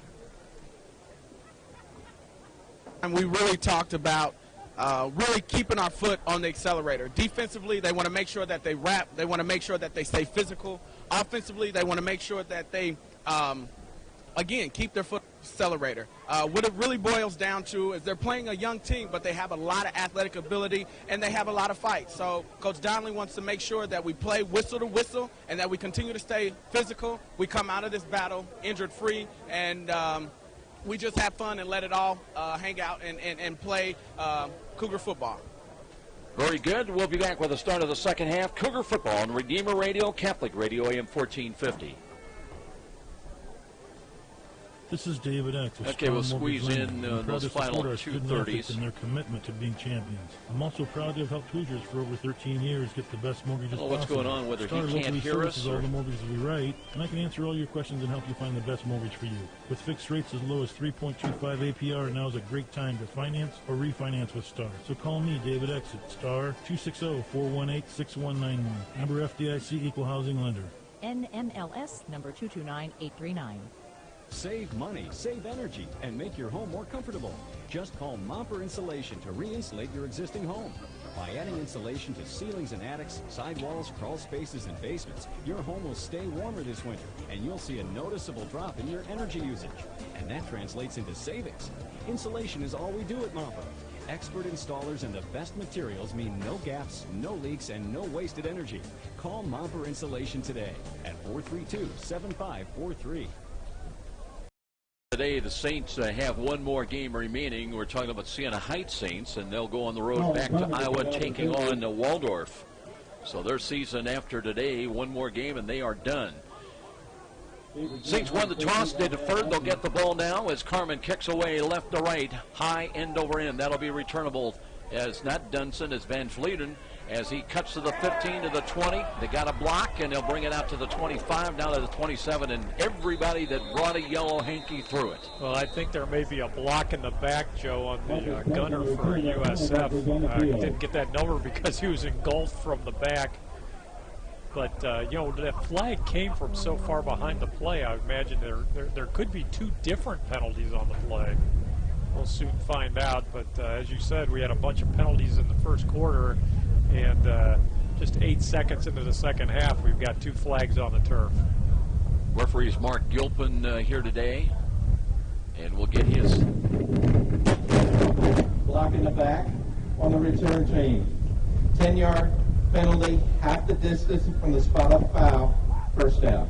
So it does go against the Saints, and that'll cost them 10 yards. They'll start back towards their own goal line with just 8 seconds gone in this third quarter. Yeah, so immediately to start the second half, you know, Siena Heights puts themselves into a predicament. They're backed up to their own end zone, and they're also operating you know, with a pretty windy field down there. So for them to get back in this football game, they needed to score on this drive, down 24 points, but they're going to make it tough on themselves. King rolls to his left side. He's a left-handed quarterback. Will run to the 10 and angles out of bounds, pushed near side across the 15, and might be a late hit here. Let's see how they rule it as King is slow getting up. He's on his back at least for a moment. Some of the linemen are going to come over and help him up. Gage Eversold, who goes 6'5", 310. Joe, and Kevin Donnelly is right down there with the official, and I'd like to get a flavor for what he's talking about to him right now, because he is not happy about what I think is about to transpire as far as that late call. I think he's going to argue that. Well, hold on. Dead ball. Personal foul. Unnecessary roughness. Number 27 on the defense. 15-yard penalty. First down. That's Jamel Green, but he's going to argue. I think the coach would say that contact was established inbounds and the play continued out of bounds. Yeah, you can tell. I think you're exactly right. That's a good interpretation of Kevin Donnelly's body language down there, Joe. It's one of those things where, you can't help it. I mean, if you're already in contact, the physics, I think Darwin taught us about this, about the apple falling off a tree. Momentum. It will continue. Momentum, even a better word. Reggie Blackman in wide to the left, improving field position now. It'll be 1st and 10. Siena Heights at their own 31. Deep handoff. They run to the right side. and that'll be a gain out to the 33-34-yard line. They've been running with a bevy of, primarily Raphael Dunson, but they try to get Julius Taylor in there for a couple of carries. Sean Smith had 4 carries in the first half. But Dunson's really their main man. They need to get him involved. Well, there have been a lot of different ball carriers this year for Siena Heights in different games, and that's exactly what Warren Maloney told me. He says, we don't know who we're going to see. They've been trying to work a lot of different ball carriers into the action. Now we've got a heavily unbalanced line, a very odd formation. Here's Drew Milligan. He'll take the handoff, works off tackle to the left side. Picks up only about a yard and a half, across the 36 to the 37. Milligan, the ball carrier. And again, Corey Stamps, I think, got locked up a little bit with Reggie Blackman. Well, everybody was looking that way, Phil. Siena shifted after the first down call. 2 of their linemen from the far side of the field, they came over to the near side of the field and became tight end and tackle. And so you had 5 offensive linemen on the near side of the field. Donovan Campbell, now they'll flip-flop them again. Those are 2 tight ends with Van Fletteren and Donovan Campbell. They unbalanced to the right. Here's a roll to the left, and they want to throw the ball. That was nearly picked off. Jamel Green had it in his hands. By the way, Travis Zsikowski has come in now at quarterback. He is a freshman, 6'3", 190, has completed 22 of 48 passes for 290 yards, 3 touchdowns, 2 interceptions. Well, they obviously came in with a package with the new quarterback, and that something that I don't think USF had seen before, with that shift of the 2 tight ends to one side going into a power formation. It kind of worked the first time, but the second time it didn't go anywhere. Timmis in the first half, 4 punts, averaged 35 yards. Or low-line rugby punt once again, and they're following that down. That's Knight. I thought he was going to try to play with danger there. Timmis had a long of 43. It takes a good roll for Siena Heights inside the USF 30. Down to the 28, so the Cougars will go to work for the first time in the second half here offensively, leading at 24-0. Well, that rugby-style punt certainly has worked, Joe.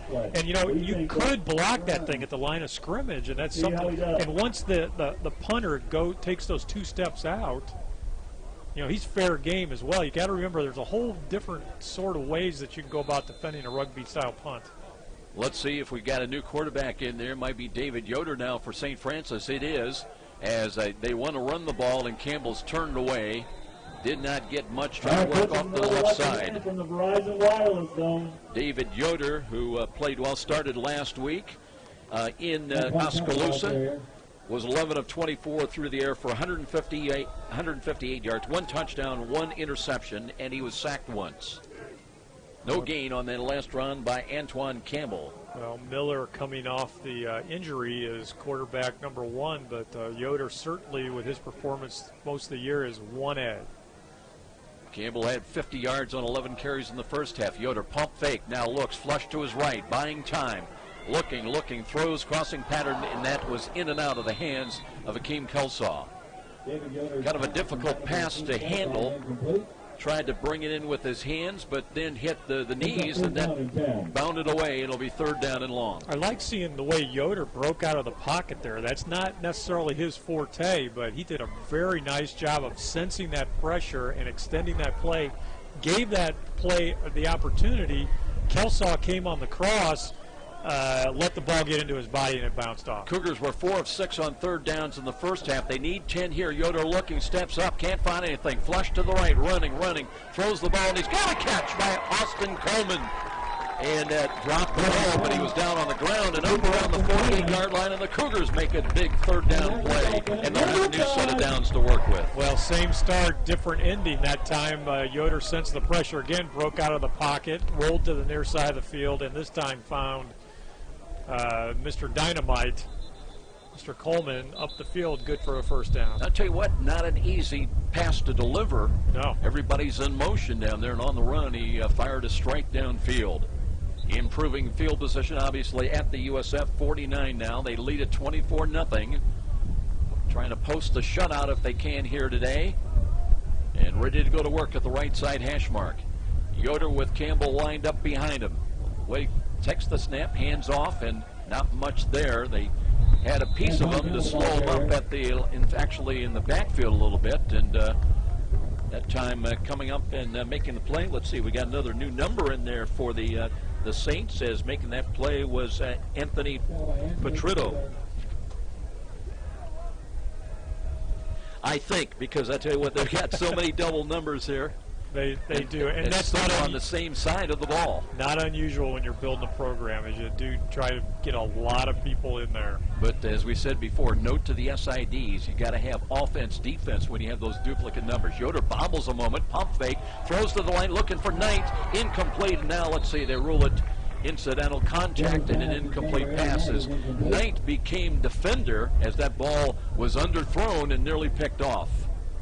Yeah, Knight looked like he had a step, but he was forced to come back because the ball, as you said, Joe, underthrown, and so Knight really saved the day, saved Yoder an interception on that play to the near sideline. Fred Butler had inside position. He leads them with 7 passes defended coming into the ball game.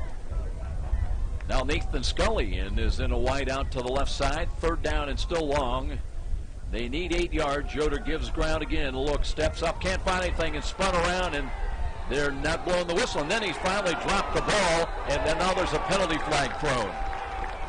Well, they're going to have the sack, but I think the flag may go against Siena Heights. We'll see.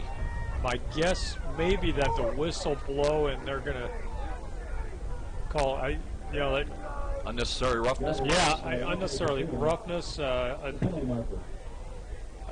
way the play was against an indefensible player, his forward progress had ended, and the player picked Yoder up and threw him to the ground. That's a dead ball foul. That would be an automatic first down for St. Francis. Yeah, we're soon going to find out. Personal foul against the Saints. And somebody doesn't agree.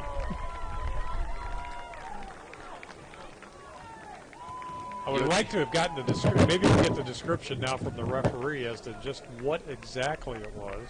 Yoder coming over, shaking his head. Coach Donnelly was probably asking, what was that going on out there? So St. Francis will have a first down, and they'll move the ball to the 46-yard line of the Saints. We've seen a lot of little bizarre things here today in this game, although it is 24-0 St. Francis. Scully stays in. He's part of a 2-wide package to the left side, 2 to the short side to the right. Yoder again, short drop, pumps, looks, can't find anything, spins out of traffic. Now he's dragging and trying to get back to the line of scrimmage. He'll lose yardage back to the Cougar side of the 50-yard line.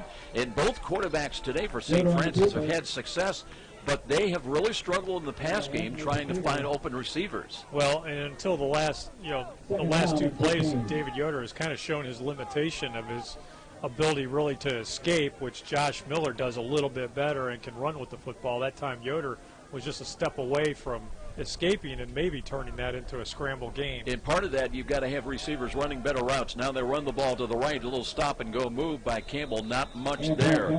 As Derek Hidd, we've said his name several times today, he slowed him up, didn't make the tackle, but it'll be 3rd down and 12 with 9:40 remaining in this 3rd quarter. Derek Hidd, a sophomore out of Farmington Hills, Michigan, listed as a linebacker at 5'9", 170.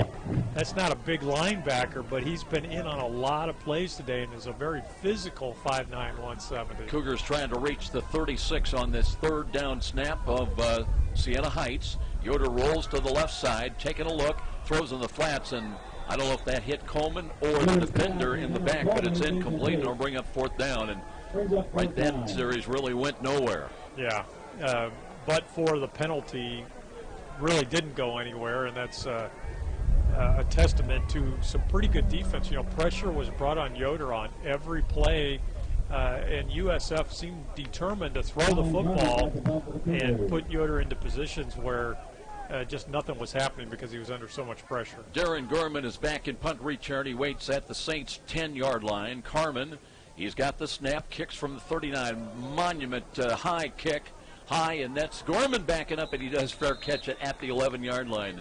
Well, I tell you what, you're looking up in that high sky, you know, you talk about that in baseball terms, and with a ball that's knuckling down to you, and you hear the sound of the thundering hooves, that's got to be scary. That's a great punt. I mean, 37 yards, that doesn't sound that great, but if you know And you know football, the hang time, and that's exactly what Carmen wanted to do. A great punter knows, well, how high can I kick this because I want to get this down inside the 10. Well, it ends up at the 11. That's pretty darn good. That's a great – Carmen is a very impressive punter at any level, seriously. Oh, here come the Saints now, and they start from their own 12-yard line. Stretch handoff working to the right side. And let's see if that's Goings got in there and carries off to the right, brings it out to the 15-yard line. Struggling a little bit today, Phil, with the Siena Heights numbers. They're very prominent on the backside, but on the front they're very, very tiny. And we see usually the front numbers, so a little difficult at times to figure out exactly who's in there. Yeah, that's, the trend is, I love the trend in the different uniforms and doing different things with football uniforms, but the old school big numbers to make them fan-friendly is gone. Zhikowski wanting to throw and can't get rid of it and is brought down, lost the football. Siena Heights has got that. Down on contact anyway, but Big Matt Carton was engulfing Zhikowski in his arms. And that ball just kind of squirted out like a seed out of a watermelon there. I don't know if he punched it or what.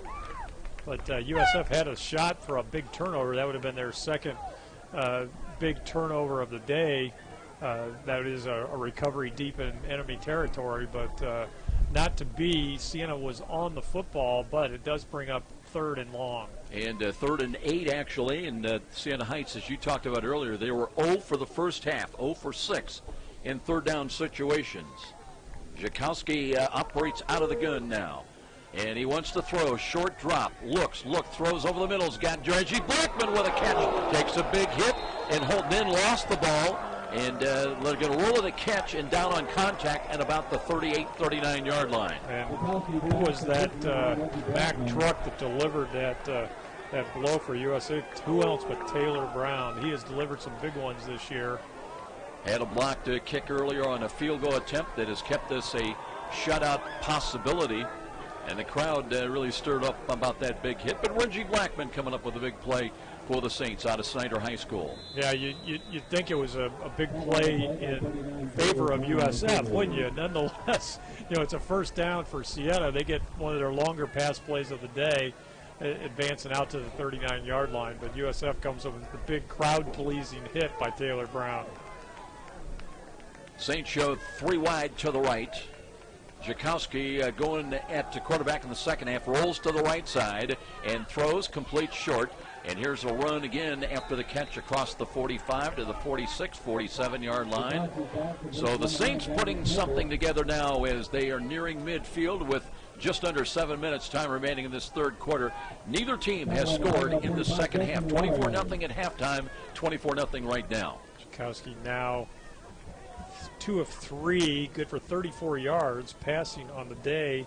Joe, that actually matches the 34 yards that Matt King passed for in the first half. So Zhikowski making a little more good out of his throws. And here's Zhikowski went down as he stumbled, trying to come with a play-action fake, and then rolled to his right, but tripped up and knee hit. Yeah, I was just going to comment that he looks a little awkward, I think, in his mechanics on the field. And sure enough, on that play, he took his first step wrong, and sometimes that means that your guard or somebody steps on your foot when you take your first step, but his mechanics were all messed up on that play, and he stumbled out on his drop, trying to get his footwork right, ended up on the ground. That works to USF's advantage. Now 3rd down and 6, let's call it. They need to reach their own 49-yard line. Zhikowski out of the gun, giving a lot of ground, rolling right, looking, throws the ball away. Nobody home, and that'll bring up 4th down now with 5:40 remaining in this third quarter. Neither team really has put much together offensively in this second half. Cougars rolled to that 24-0 halftime lead, and a lot of that came. They took a quick 10-0 lead with still 7:49 remaining in the first quarter.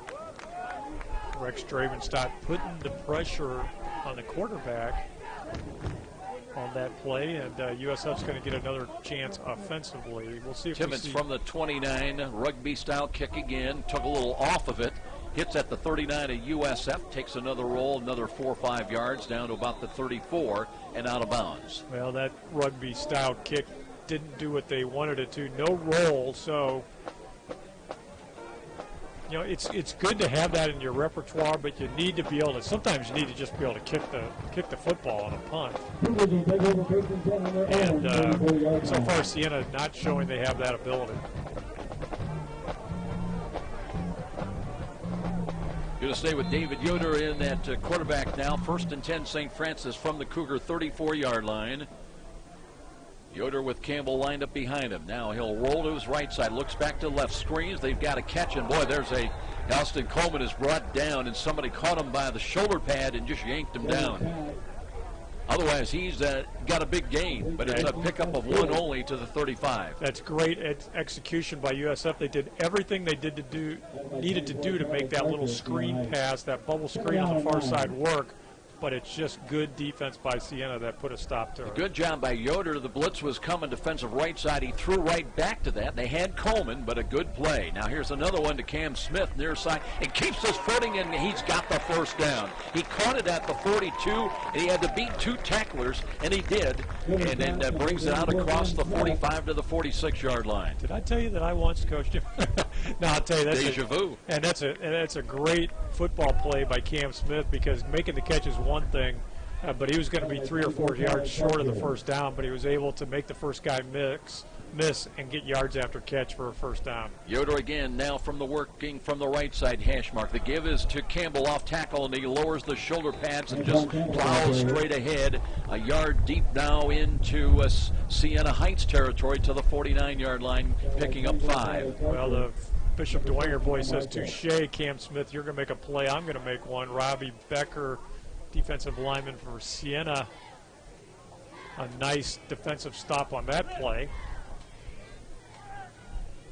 Looking at some of the first half tackles, one of the backup linebackers, Ben Scudder, had 7 tackles to lead him. 2nd down and 5. Ball spotted right in the middle of the field now with 3:57 remaining in this 3rd quarter. Motion Seth Stewart, left to right to give counter run, and there's a big hole, and into the secondary goes Antoine Campbell to the 39-yard line. Campbell's got that nifty move that when he senses contact coming, he'll turn his back and just backpedal his way, covering up on the ball, protecting it. And Campbell's been kind of quiet in the second half, Joe. 50 yards in the first half, only 11 so far at the 3:36 mark of the 3rd quarter, but he picked up another 10 on the last play, so he is on his way to 100 for the day. Colin Harriff in, one of the wideouts to the left side now, and they'll give the same play to Campbell. Campbell picking his way, trying to fight his way down close to the 36. That's where they'll spot his forward progress. So again, gain of 3 yards, this carry by Antoine Campbell. Joe, I think this look that USF is wearing today, the black jerseys with the white pants, it's the Oakland Raiders. I mean, that's the look that they have going on down there. Okay. Here we go, 3 wide to the right. 2nd down and long, 2nd and 7 inside of 3 minutes. Now time remaining in the 3rd quarter. And Yoder looking at play action fake. As he looks to throw near side, he's got a catch. That's Ray Beverly Jr. Caught the ball and then stepped out of bounds, and he's close to a first down. Beverly, a really good-looking athlete, Joe. We haven't called his name yet today. I think it's his first catch. USF with a bunch of good receivers that they can bring in at any point of the ball game. Did get a first down at the 29 is where they spot it. Cougars bring Scully back in along with Brenton Williams. And they're part of 2 wide to the left, the wide side of the field. 2 wide to the right, including Colin Harriff. And here's Yoder again. Now with Kyle Mathewson in, and here's an option run, and the ball is loose, and Siena Heights got it at the 33-yard line. So a blown-up play and a fumble recovery, and the Saints stop the Cougars. They'll take over with 2:20 remaining in this 3rd quarter. Well, the USF now misfiring on their 2nd drive of the 2nd half, and was he going to run the veer option or so? What was totally a broken play, and then to add the worst insult possible to the injury, Yoder fumbles the football. So two drives for USF. The second one really showed some promise, but USF comes up empty again. Good news though is the defense continuing to pitch a shutout, and Siena starts at their own 32, so not great field position for them. Travis Jakowski comes out empty backfield Little motion by Dunson. Dunson play action fake, a roll to the right side, and a one-handed attempt by Dunson trying to handle that pass in the flats, but incomplete. Always got to be a little bit careful about those balls that are thrown into the flats. That one was a forward pass, no question about it, but sometimes they get a little bit dicey, Phil, where it can be construed as being a lateral, and if you bobble it, it's a free ball. And I really think that gets missed sometimes, not just by guys like us up in the booth or fans. I think it gets missed by officials because those balls it's become a very popular play in football today. You see it a lot more, throwing that ball straight out into the flat. I think a lot of times it's a lateral. Blackman in again. He's wide to the right. Cougars come up and press coverage. Jakowski looks the throw, and he's got a catch. That is close to a first down as he looked to the tight end, Donovan Campbell, at 5'11". Mentioned before that he came in leading him with 26 catches, and good receiver, and he's got a first down for the Saints. What a different ball club that they have built at Siena. When you think about Concordia, for example, who's trying to build a program, they're in the same part of their growth, that program, but USF wins that game 76. It's a totally different success and progress. Oh, definitely. This is a solid football team that you're seeing out there. They're extremely well coached. They play football. They don't quit. They load the right side, unbalanced to the right with 3 wide to the short side. Here's a roll to the right. That's Dunson out of the, I believe that's Dunson running the Wildcat, and gets only back to the line of scrimmage. They had all the folks out there leading the way to the right, but not much there. A gain of only 1. Yeah, solid, just classic zone play. Just everybody started blocking to the far side. The splits on the line on that play for the offense, they were foot to foot, and they just turn. It's almost like a dance line, the Rockettes, the way they turn their bodies and try and bulldoze in a direction. Second down and 9. The Rockettes don't bulldoze, though. Jakowski under center, one back looks and rolls to his right. Play action being pursued, got rid of it and had to throw it away. I think that was Jake Allen all over Travis Jakowski. Yeah, good pressure brought by Allen on the play, so it's going to bring up third and really long for Siena. And Siena, as we know through 2 quarters, they of course were 0 for 6 on third down. I don't think they've done much better in the third quarter. Phil, one thing we didn't really talk about, but Siena Heights has given up 22 sacks this year. That puts them last in that category in the Mid-States Football Association. They gave up 6 last week. Here's a roll to the left. Jakowski throws on the run. That one was nearly picked off. Was that Taylor Brown again jumping the route? I believe it was, as he has played a tremendous game here today with a blocked field goal attempt.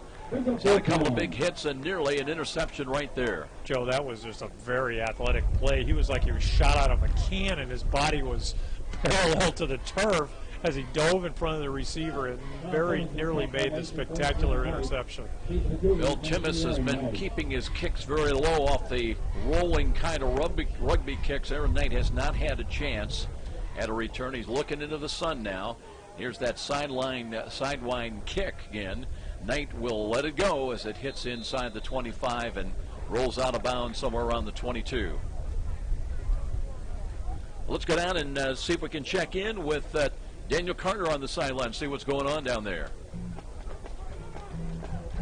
Process of trying to make sure they stay on the accelerator. The last few offensive possessions haven't gone the way that they want them to go. Defensively, they still looking like they're staying physical and having fun out there. So the Cougars take over the football. They've got it 1st and 10 at their own 22-yard line. Trying to move the ball is Yoder. Yoder looking over the middle, throws, and there's a catch by Brenton Williams. Went up and elevated and got it up across the 43-yard line. Boy, that's pretty, Joe, isn't that? You get a nice little 5-step drop out of Yoder. It was just the way you diagram it in the coaching manual, and then you get your receiver just with a little hop there when the ball was dropped right into his arm. And just like that, improving field position just short of the 45. As Yoder ready to go to work once again. Josh Miller started today. Here's a ball, and boy, they had a lot of traffic out there intended for Knight. And you kind of wonder almost on that bubble screen that in the vicinity of being possibly considered as interference, but no. and it'll bring up 2nd down and 10. I think they call that a pick play. Now, once the ball gets into the hands, then you can throw that block, but that block was taking place while the ball was in the air. I don't think there's much doubt about that. 40.8 seconds yet remaining in this third quarter. Yoder now with 2nd down and 10 with the ball at the 44. Looks near side. He's got Beverly. Beverly gets a block at the 50-yard line and cuts near side inside the 45 and down to the 42-yard line. And was that Seth Stewart or Aaron Betcher with that big block? I think that was Betcher out there, Joe, and we haven't called his name much. Actually, not much in the last couple of weeks, but looked like he was leading the charge. And now Yoder's got the Cougars on the move, and it's all through the air. Final 23 seconds. Clock is moving here late in the third quarter. Neither team has scored. Still 24-0 St. Francis. Motion near side. That's Seth Stewart. Left to right behind the line of scrimmage. Pump fake. And Yoder looking. He's got the tough throw in between defenders looking for Beverly again. That one filtered through, but a little bit low, and Beverly couldn't find the handle. So we're still at the 7-second mark of the third quarter. And I really thought that late in the second quarter that USF was going to just start handing the football off because it looked like we had started to wear down Siena. But now USF just going to the air on every down. Colin Harrison, he's wide to the right, 2nd down and 10. Might be the final play of this third quarter. Siena Heights shows blitz defensive left side by Head.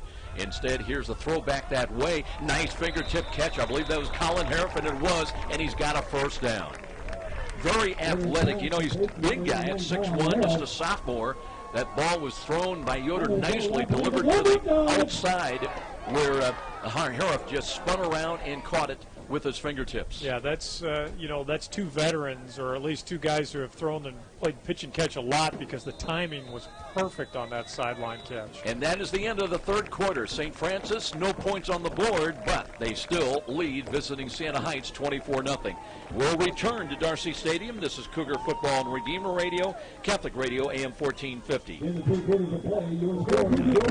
All right. 1 minute if you need it, 1 it. All right, yeah, I'll do 1 minute. We didn't have many stoppages in that third quarter, fortunately. By our master goldsmiths on staff. Peter, I love starting games at noon, though, Joe. Oh, yeah. 2 o'clock. I hear you, brother. Remember, it's not just jewelry. It's Peter Franklin. It's time to that should be the law. Small college games started there. It's a cold, sterile, and often a confusing experience. Typical bankers just don't seem to speak your language, and they rarely remember your name. AJ's team idle today? No, they play Wooster in Ohio. He's not traveling. So. In fact, he's at home right now. He may be here. I don't know. He's at the Dwayne. We're continually updating and improving our services for you. Talk to one of our friendly professionals at your local branch, and they'll help you get just what you need to help manage your money and unbank your life. We mean what we say. We do what we promise, and we make your finances simple. Only at Fort Financial Credit Union.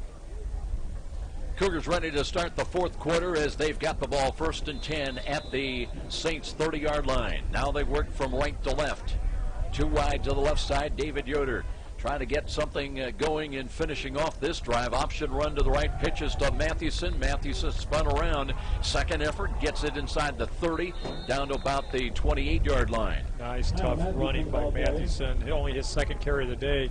Fans, this game is brought to you by Cedar Creek Carryout in Graybull and Cedar Creek Beverage in Leo, where you can find quick, small-town service for USF football refreshment supplies. Kick off your good time with Cedar Creek Carryout or Cedar Creek Beverage. Mathewson another yard down to the 27, so it's 2nd down and 7. 2 wide to the right again is Yoder with Mathewson staying in there once again, and play action fake, a roll to the left and reversing back. Yoder now comes near side, throws low and threw it into the ground looking for Skelly. That time a little stop and go move, and good job of freezing the defender just for a moment, but could not make the play. It looked to you like Yoder kind of outsmarted himself on one move too many, as they say sometimes. It looked like he had a clear path if he wanted to roll to the near side of the field, but then he stopped and got into some trouble. Luckily, he was able to deliver the ball incomplete. Tyler Karcher, one of the linebackers, thought he had him lined up for a sack, and He kind of froze him a little bit, but then David just threw the ball into the ground, couldn't connect with Nathan Scully. 3rd down and 7 now. 14-11 remaining. They show blitz defensive left side. That's a safety blitz as Yoder looks, throws over the middle. He's got a catch. Ben Williams, touchdown. 27 yards, good delivery.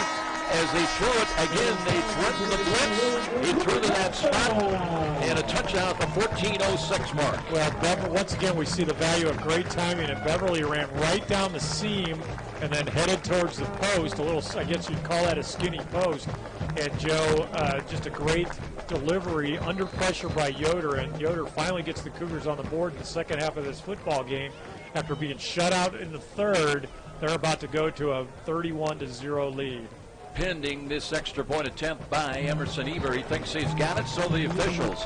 So add 1 to the Cougar total, 31-0 over visiting Siena Heights. We'll be back. Cougar football on Redeemer Radio, Catholic Radio, AM 1450. Wasn't that Brenton Williams with the catch? I think you're right, and that's what I'm looking to confirm right now. What was the yardage? 37? 37. 27. No, it's 30. Brent Williams. It was Brent Williams. You're absolutely right. Beverly's 85. You're right. It's a great time to finance or refinance with Star. So call me, David Exit, Star 260-418-6191. Member FDIC Equal Housing Lender. NMLS number 229839. Cougars celebrating. They finally break through for their first point since the first half. They lead at 31-0. I was going to say I led you wrong there. It was 27 yards, but it was Brenton Williams. Brenton Williams that caught the ball, and a great one on that skinny post route that Yoder had perfect timing on. So USF still pitching the shutout here defensively. They're on the board in the second half with a 31-0 lead. Van Flutteren, one of the kick returners with the yellow shoes, near side kick though, will filter down inside the 5, and that takes a high bounce. Return back from the 3, out across the 10 to the 15, and it'll be Siena Heights starting 1st and 10 from their own 19-yard line now. They trail though 31-0 here on the road. Joe, through 3 quarters, USF was showing not just dominance on the scoreboard.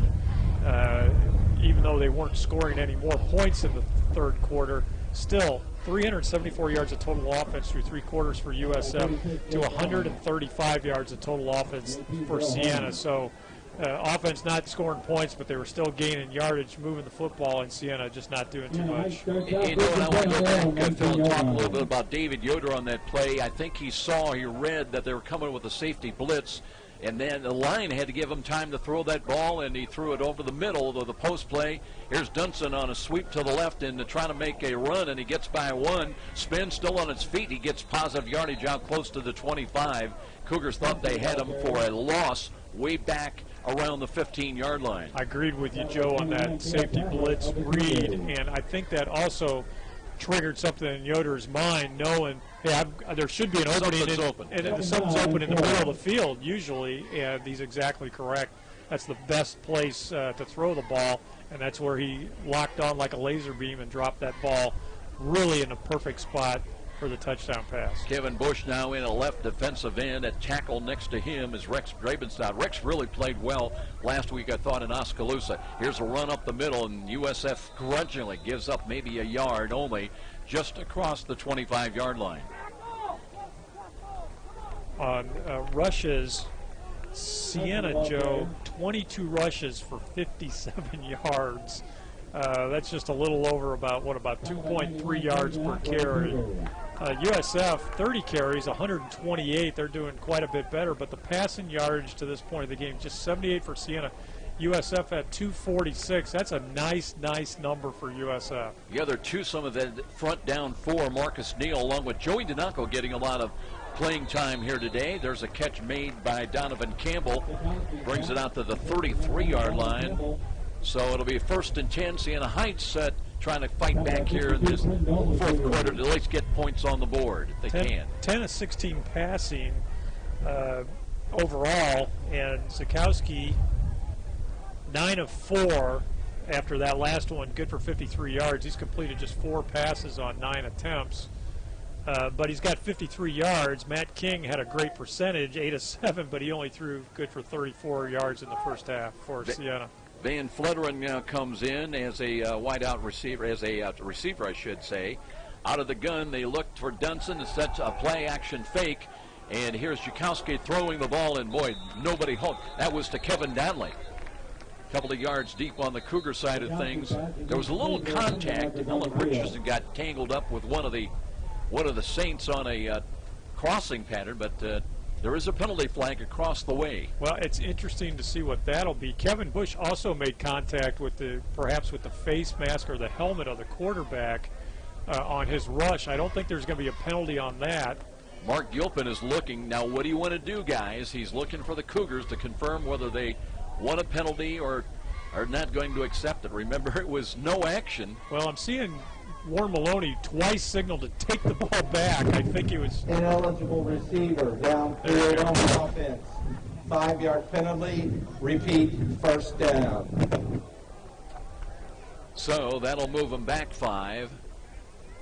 And a loss of down as well, isn't it? Or is it? It's not a loss of down. 1st and 15, though. Jakowski, short drop. Now flush to his right. Reverses back, hit as he threw the ball, and then the ball was dropped as USF had that when well defended. Pressure on the quarterback, and then nothing much there as Quinn Doan had the receiver locked up as well. And Joey Donaco was the pressurer on the quarterback. It's easy for me to say out of Homestead High School, and caused that ball, I think, to be delivered a little lower than Zakowski wanted it to go. You know, you were talking about Jonathan Dozier, and just watching him in the huddle at 6'8", and 300 and is that 380? 330. 330. But it just towers over everybody. Here's a roll to the left. Jakowski, will he throw? He does, puts it up, and a catch is made at the 40-yard line. That'll be short of the first down. So Raphael Dunson, who does everything for him, the 5'8" sophomore, and that was not an easy ball at 5'8" for him to go up and handle. Not at all. Zakowski's showing some skills here, Joe. He's a little more of a gunslinger out on the field. You know, as you can tell, he's more mobile. Reminds me of Joe Gill a little bit. Joe Gill. Doesn't he? Just by from St. X. Okay, right. Okay, I was trying to place Joe Gill. I knew the name, but you're right. Had to replace Jimmy Coy for St. Xavier a few weeks ago. Yeah. 3rd down call, 3rd down and a long 4. Jakowski looking to his right, might have audibled. Short drop, throws in the slants, got a catch, and that's a first down. That's the tight end, Donovan Campbell. So he had the tight window and threw and completes it. It'll be 1st and 10 for the Saints up at their own 47. Taylor Brown, too, once again, though, with the big hit. There's a young man who really coming into the season, I hadn't seen any action for the Cougars, but now he's become a mainstay in the center of that defense. It's amazing when you see the evolution, the maturation. Some of these kids, they just need a little opportunity to go out and, find their own niche. And Taylor Brown, one of those guys, deep handoff, straight run, will give them 2, maybe 3 yards short of midfield to the 49-yard line. Times they've run Julius Taylor, but basically today it's been Raphael Dunson, the main man, both through the air and on the ground. Taylor Brown, a 5'11", 185-pound sophomore, strong safety out of Chesterton High School over in the region. Clock going to move down inside of 10 minutes before this snap of the football. Dunson now is used as a wideout. He's up in the slot to the left side. Jakowski looks that way. Pump fake, and then Gravenstock wraps him up, and he had some help as there's a Cougar sack back around the 43. Well, they're going to give him a mark at the 43. Tanako, Matt Smith, 3. Kevin Bush is right around that one, too. I'll tell you what, that's a horror show down there for the quarterback to have those 4 guys bearing down on you. Loss of 3, back to the 48-yard line. And Warren Maloney said, they've got a big offensive line. They can protect the quarterback well, particularly when they go to those really narrow splits. But if we put them into situations where they have to pass the ball, we are going to bring pressure because we are much, much quicker than they are. 22 sacks given up by the Saints coming into today's game, 6 of them last week. Cougars show a blitz defensive right side. Now they back off. Zhikowski looking, flush to his right, sets his feet, pulls it down, throws again. There's a catch and a big hit as they'll have the ball into Cougar territory. That was Dunson, as Zhikowski was able to buy enough time to find an open receiver.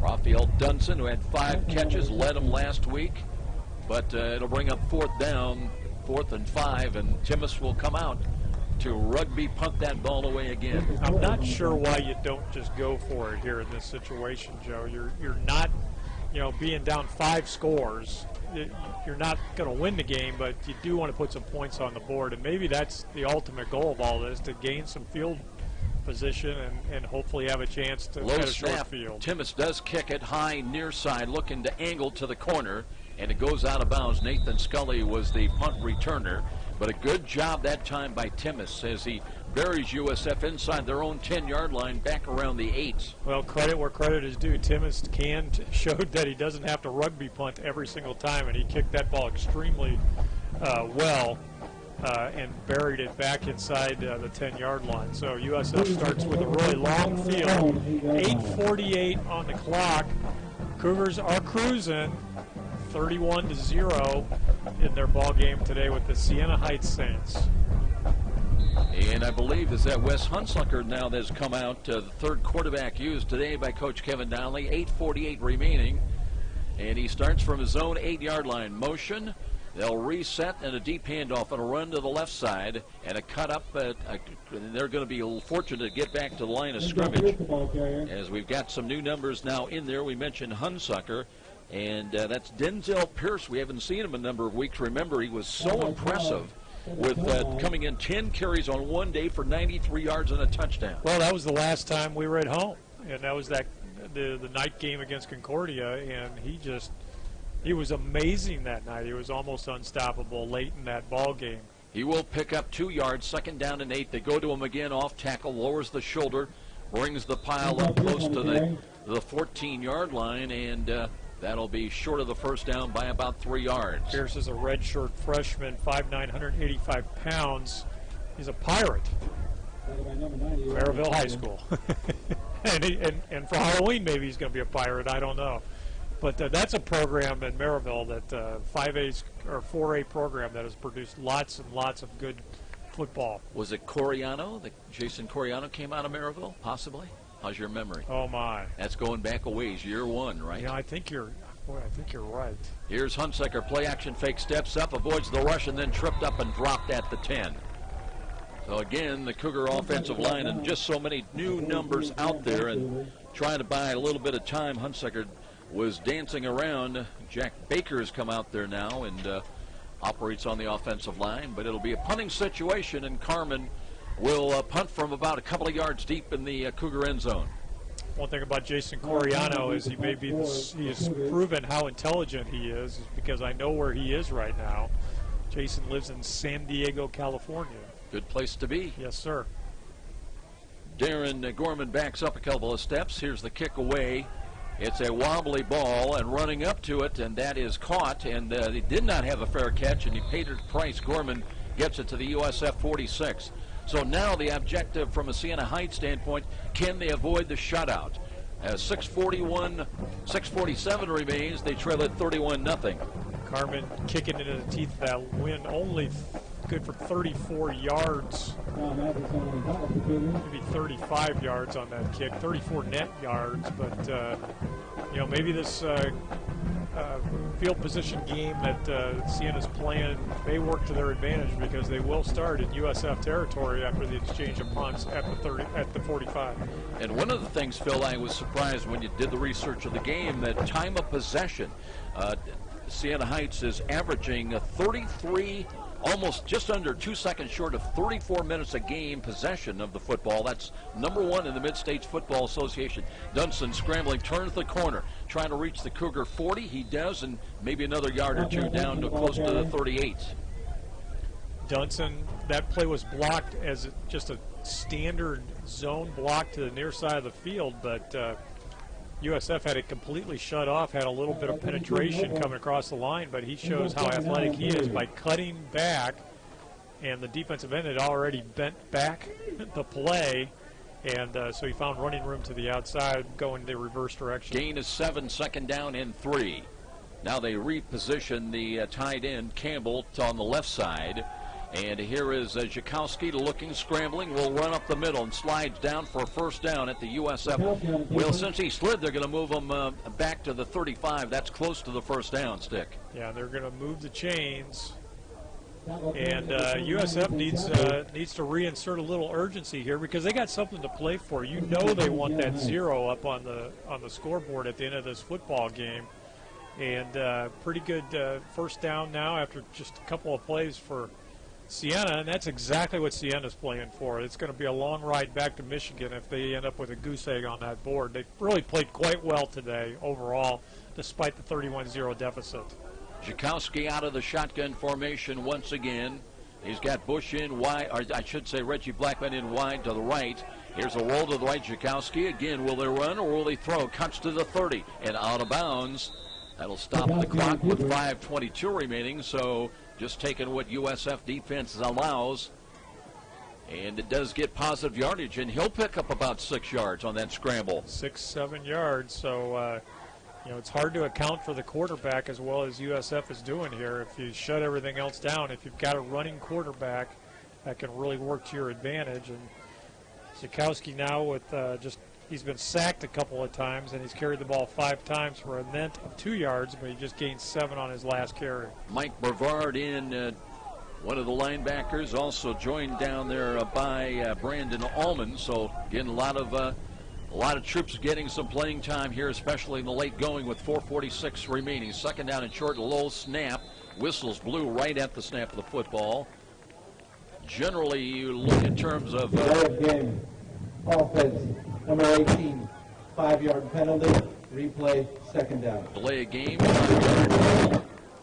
As sound like we're in a car wash at times, doesn't it? But so that makes it 2nd down and 8. Yeah, the delay a game, and that gives that's the 8th penalty of the day. Good for just 52 yards, and that really is, when you think that 6 of those penalties took place mostly in the first quarter, Siena has really cleaned their act up of late. Zhikowski barking out the signals once again. This time a better snap, throws over the middle and wide of the wide open receiver coming out of the backfield. I think it was Drew Milligan that just sat down about 5 yards over the line of scrimmage, but Zhikowski couldn't find him. Now it's going to be 3rd down and long, 3rd and 8. Zhikowski with a delivery that is not what I would call a classic delivery. He kind of sidearms the ball, and that long delivery, I think, can be blamed on the inaccuracy of many of his passes. They were 0 for 6 in 3rd down situations in the first half, have had at least 1 first down. 1 of 9, we believe, right now, with 4:27 remaining. Through 3 quarters, 1 of 9. Zhikowski again, looking, rolls to his left, buying a little time, taking a look. He throws to a spot, has got a catch, and then a drop ball. So I don't believe they ruled that a catch. And it will bring up, or they do rule a catch. They do. They're saying, they must say he dragged the feet. But he dropped the ball, didn't have it to the ground. Interesting. So it'll be 4th down and 3. And the ball is at the 28-yard line. Cougar crowd coming alive a little bit. Obviously comfortable about a win, but will they get the shutout? So here they come up to the line of scrimmage. Jacob Boldemo seen some time now as a wideout into the ball game. Here's Zhikowski, looks, throws quickly. He's got a catch at the 23-yard line, so they've got a first down. Had to reach the 25. They got a couple of extra yards, and it'll be a new set of downs for the Saints trying to get on the board. Well, the USF defense not happy about giving that up, but it was really a good pass by Zhikowski, and not much USF could do. And when it's devastating, the short passing, quick passing game that a team can bring to bear when in short yardage situations if you execute properly. Alan Richardson over on the near side here trying to get the defensive call in from the coaches. He'll come up and he'll have press coverage on the wideout to the offensive right side. Now they reposition one of the receivers to the slot. Here's a handoff, Dunson, and spun around and dropped for a loss. Great surge across the defensive line of scrimmage that time by the right side of the Cougar defense. Well, Dunson really was hung out there, Joe, on an island with everybody from St. Francis coming after him. Did not go out there. One of those players on that right defensive side. Joey's had a lot of playing time here today. Anthony Moore not able to go again for the second straight week. Should be back next week. Anthony Moore should be available for action next week. Let's call it 2nd down and 13 now. Loss of 3. Ball back at the 26. Zhikowski rolls to his right, takes a look, looking, throws on the move, and here's a ball right into the gut and caught at the 16-yard line. And Dunson again, the man on the receiving end of that pass from Travis Zhikowski. Dunson really does do it all. He has now 4 catches, good for 28 yards, and 10 runs for 36. So the vast majority of the offense, he's been involved in the vast majority of those plays. Third down and 4. And they'll have 2 wide to the right, to the short side. Zhikowski, short drop, looks, dumps it off. There's a fingertip catch to the 10, to the 5. They did not score, but they'll have it 1st and goal. Little crossing pattern has them knocking on the door to get points on the board and spoil the shutout. Okay, well, they're certainly in position to spoil the shutout via the field goal. You know that Siena wants to get 7 here, and they are well situated for that. USF has their goal line defense in the ball game. So something for this crowd to maybe get on their feet and cheer about, and hopefully get a little bit of a goal line stand. You just got to be impressed by how tenacious this team and how they have not stopped nor given up at any point of this football game. Donovan Campbell stays in. He's tight to the left side. Now they reposition. Running back out of the eye. They'll hand it off deep. Nothing there. Well, the knee had to hit a couple of times, and they mark him down at the 1-yard line. So it'll be 2nd down and goal. Now the clock a factor of minute 36. The only thing at stake at this point, will the Cougars have a shutout? 3 timeouts, certainly for Siena, so they've got all the time they need with the clock ticking down at now approaching 1 minute and 20 seconds. Again, they'll have 1 wide to the left. This time Zhikowski will set up under center. Looking for a little motion back. They have a tight lineup. Everybody in their tight. Play action fake. Rolling to the right. Zhikowski throws over the middle and too high. Looking for Van Fletterer. Couldn't find him. Now it'll be 3rd down and goal from the 2-yard line with exactly 1 minute time remaining. Really a well-designed play, but the tail end of the execution just wasn't quite there. Zhikowski, when he made his turn after getting all the influence of the play coming to the bottom side of the field on his roll, and then he turned to throw across his body, just couldn't get things squared up enough to deliver a good pass up there by where the post is on the goal post. As far as the secondary, USF still's got Corey Stamps out there at the right corner. Alan Richardson in there as well. 1 back look. Now it's unbalanced to the left side. And here is a deep hand play action fake on the reverse. They're going to come back to the right. And here is a run for the touchdown. As they got the ball to Dunson. Little pitch to the left side. Counter run back to the right, and he's into the end zone from 2 yards out at the 54-second mark. Shannon Swain had the chance to stop that play, Joe, and Dunson just showed that he's got some pretty good moves, because Swain made his move and Dunson scooted into the end zone right around him.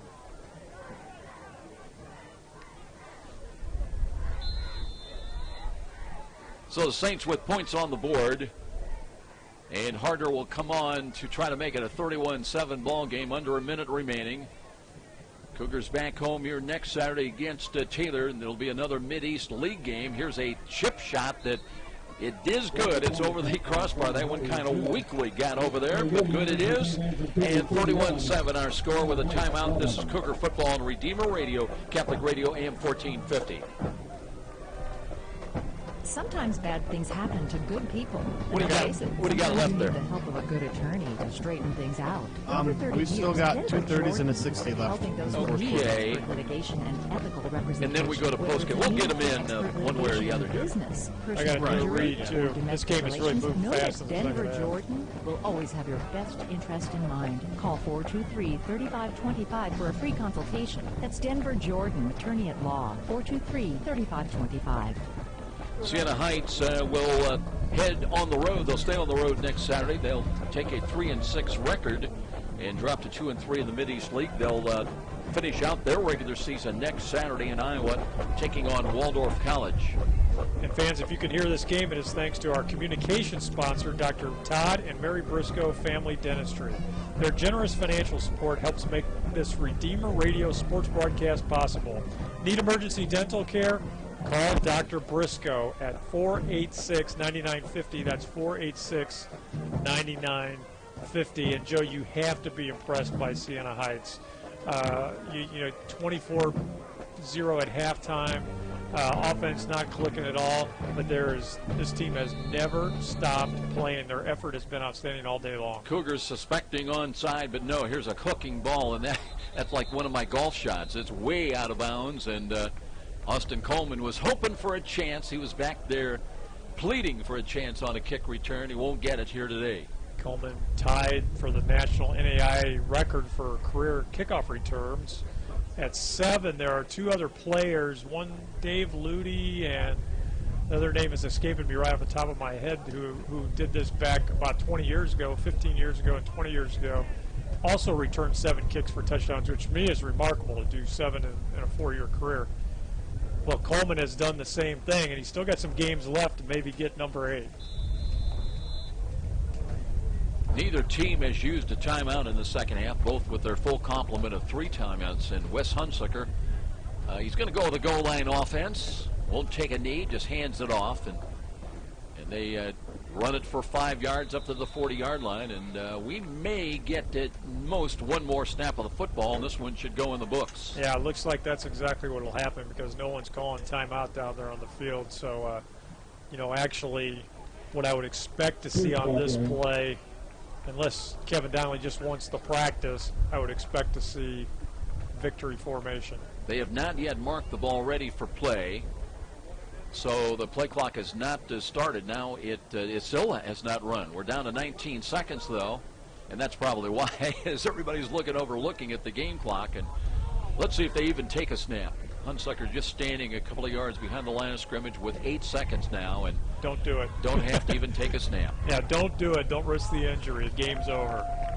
So that will do it as St. Francis, after the 3 road assignments and going 2 out of 3, now coming home and defeating the Siena Heights Saints by a final score of 31-7.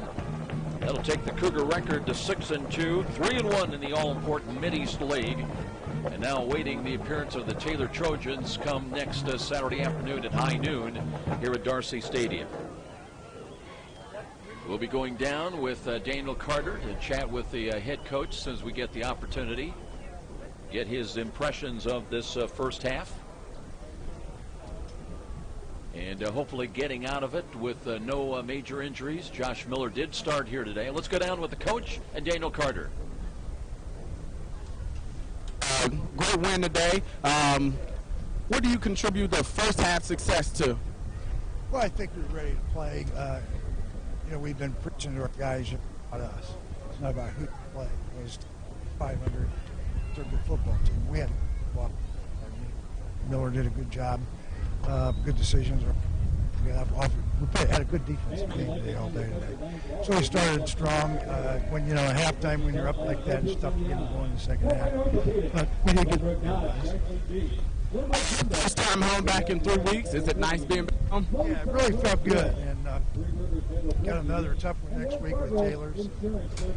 We'll have to load it up again and then get it easier. Good luck, Coach Donnelly.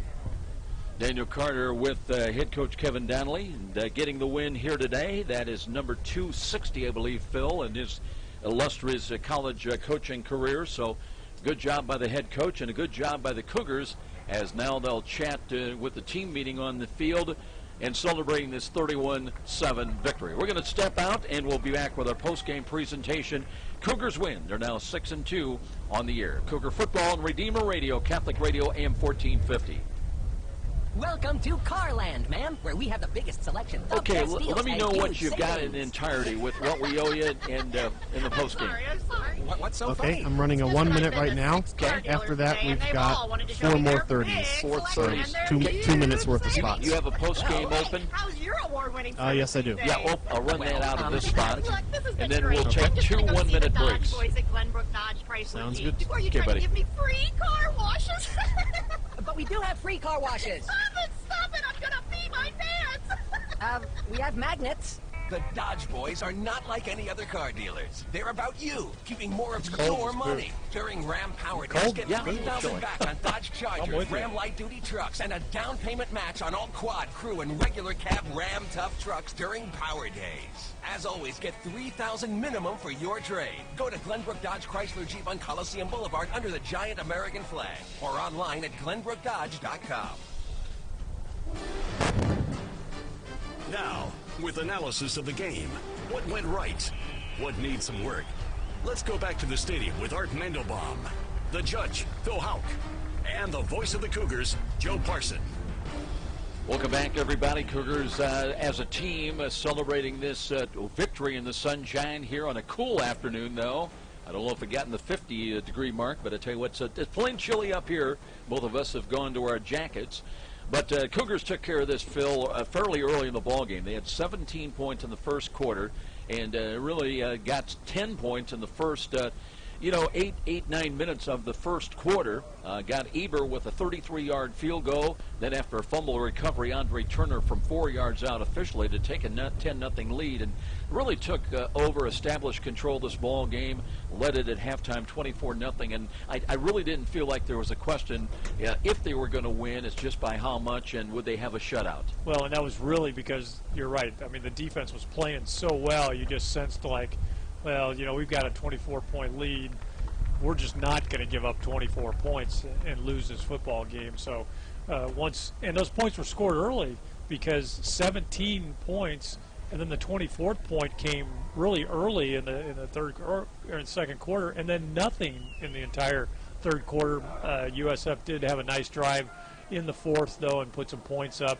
Changed their quarterback. That made a difference too. But USF really with a good effort today on both sides of the football. And it was good to see Josh Miller back and running the football as well. Speaking of which, it came up with a big play after they led at 10-0 when he hooked up to Austin Coleman, good for 63 yards and a touchdown at the 3:39 mark.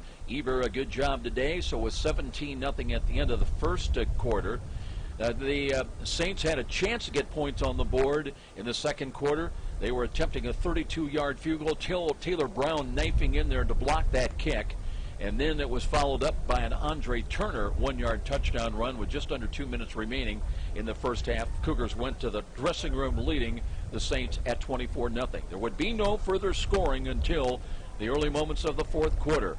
And it would be a 27-yard touchdown pass. David Yoder, who played much of the second half. Great post pattern run over the middle by Brenton Williams. They defeated a safety blitz that was coming at the 14:06 mark. Eber with the extra point, 31-0. And then on a 2-yard sweep reverse in the final minute of the ball game, Raphael Dunson got into the end zone harder with the extra point to spoil the shutout, and it would go into the books as a 31-7 victory for St. Francis. Daniel Carter's down there in the mass of humanity somewhere, and let's see if he's got Taylor Brown. And Taylor Brown, we're going to get some post-game interviews. Josh, this is your first time starting in a couple of weeks. How did it feel being back out there? Came in last week. The ankle was still a little tender, but during the week, it's progressed and the strength has came back a little bit more each week, and it felt pretty good. Coach wanted to be cautious. That's why I didn't play the second half, just to kind of get a little bit more. But good. How's it feeling after the game? You got a few reps in and did pretty good. I see you were able to throw and do a lot of running. It's a little tender, but kind of just the adrenaline that occurs during the game. But offensively, I thought the first half we played really well. and we came out a little flat in the second half. But our defense played a wonderful game, and they deserve a lot of credit too. Thank you, Josh. Congratulations. All right, Taylor Brown here. Had a few big hits today. You want to explain what you saw when you came up, especially one of the last times as they were heading toward the north side of the end zone? Basically, we was in zone, and we had our free safety. He was sitting underneath, so I was trying, sitting back, just looking around. I saw him break open over there, so I had to, head down, flying over there, just kind of made the play. Did you see anything that you guys didn't prepare? Did they surprise you guys with anything? Oh, we knew coming into the game. They the past 3 games had done 46 formations, so we had a basic idea what they were coming out to do. And I felt like we were pretty prepared for it, so I didn't really expect anything else what we planned for. Hey man, keep up the exciting play. Congratulations and good luck next week. Thank you. Okay, Daniel Carter down on the turf and with a couple of the stars of the ball game. And by the way, Taylor Brown with, as we mentioned, an important block on a field goal early in the game that kept the Cougars on top and threatening to post the shutout here today. We're coming back with more of our post-game presentation. We'll bring the judge in with a look at some of the numbers when we return. 31-7 USF with a victory. This is Cougar football on Redeemer Radio, Catholic Radio, AM 1450. This is David. Okay, run a minute. We'll come back. Phil will take a look at the numbers. We'll come back to you for the final minute, and then we'll wrap it up. Helped Cougars for over 13 years. Sounds like a plan. Okay, Chief. Star locally services all the movies we write, and I can answer all your questions and help you find the best movies. 4 o'clock. With fixed rates as low as 3.25 APR. Need a U-Haul time to finance or refinance. Transport all this stuff. So call me, David X at star 260-418-6199. I got stuff mixed up everywhere. My stuff, their stuff. FDIC equal housing lender. NMLS number 229839. Let's face it, sometimes bad things happen to Are you taking the stuff? I'll take the stuff, but I'll need help. That's no problem. For over 30 years, you'll Denver drop Jordan it off back has to been helping those who I need got you. expert Okay, I litigation, hadn't even thought that ethical far. representation. Just wanted to Whether get it's the a need game for done. expert litigation in business, personal injury, or domestic relations, know that Denver Jordan always has your best interest in mind. Call 423-3525 for a free consultation. That's Denver Jordan, attorney at law, 423-3525. Cougars get this victory here today now to push their record to 3-1 in the Mid-East League. They're 6-2 overall, awaiting Taylor next week. And Phil, how about a look at some of the numbers here today? Yeah, USF, really a nice mix of numbers here today. And I like the balance that they showed offensively, which we're going to see from these numbers. 20 first downs for USF, leading to their 31 points to just 12 for Siena, which led to their touchdown late in the football game. Rushing yardage for USF, 140, and tack on 273 passing yardage. That's a mix that I think Kevin Donnelly would be very happy with. He might like both of those numbers to be a little bigger, but that sort of mix, 273 passing and 140 rushing, is pretty darn good for 413 yards of total offense, which cooled down considerably in the second half, by the way. 223 yards of total offense for Siena, 150 passing, just 73 rushing. The passing numbers, there were no interceptions by either team in this football game. Siena threw the ball 27 times, completed 18. St. Francis threw the ball 27 times, and they completed 17. But the difference is USF's passes average per throw was much higher. They had 123 more yards on 1 fewer completion.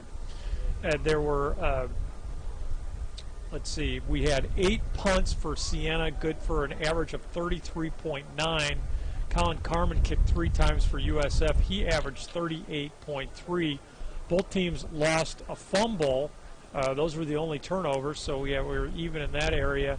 9 penalties for 57 yards against Siena, 5 for 35 against USF. And the Siena number where they dominate time of possession, Joe, kind of continued here. They possessed the ball for 32 minutes and 3 seconds to 27-57 for St. Francis. And on third down, those numbers were interesting as well. Siena had 15 attempts on third down and only completed 5. USF only 10, but they did complete 6 of those. That's a better number. USF were 3 for 3 in the red zone. Siena 1 for 2. Some individual numbers. Leading rusher for Siena, Raphael Dunson, carried the ball 11 times, good for a net of 38 yards and a touchdown. leading all rushers here today, Antoine Campbell for USF. He carried the ball 17 times, good for 73 yards. Josh Miller, most of these yards came on actually the first drive of the game, but he carried the ball 7 times, good for 56 yards. Passing, Zukowski passed the ball 11. He was 11 and 19, good for 116 yards. That was the quarterback that came in the second half for Siena. He was sacked twice. Matt King was 7 of 8, but that was just good for 34 yards. He was sacked once, so USF sacked Siena 3 times a day. David Yoder, 8 of 14, good for 114 yards and a touchdown. And Josh Miller threw the ball 13 times. He completed 9, good for 159 yards and a touchdown. There was 1 quarterback sack by Siena. That was on David Yoder. Leading receiver was Campbell for Siena. He caught 8 balls, good for 73. Raphael Dunson, who was the leading rusher for them, also had 4 catches, good for 30 yards.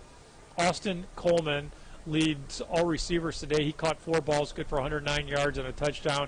Akeem Kelsaw chipped in with 3 catches, good for 51. Cam Smith, 3 catches, good for 29.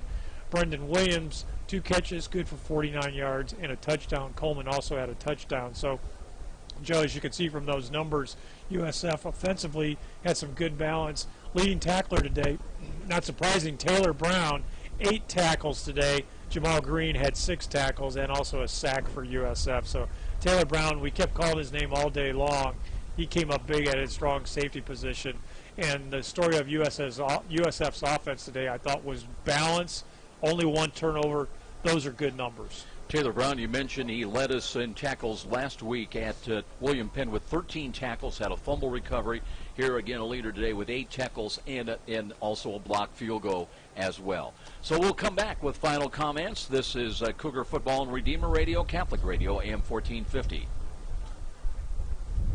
A clean office space. Okay, Final that's spots. an easy choice, and choosing the right company to clean your business is Sioka's Professional Cleaning is the choice of a lot of Fort Wayne companies because of the 100% satisfaction guarantee.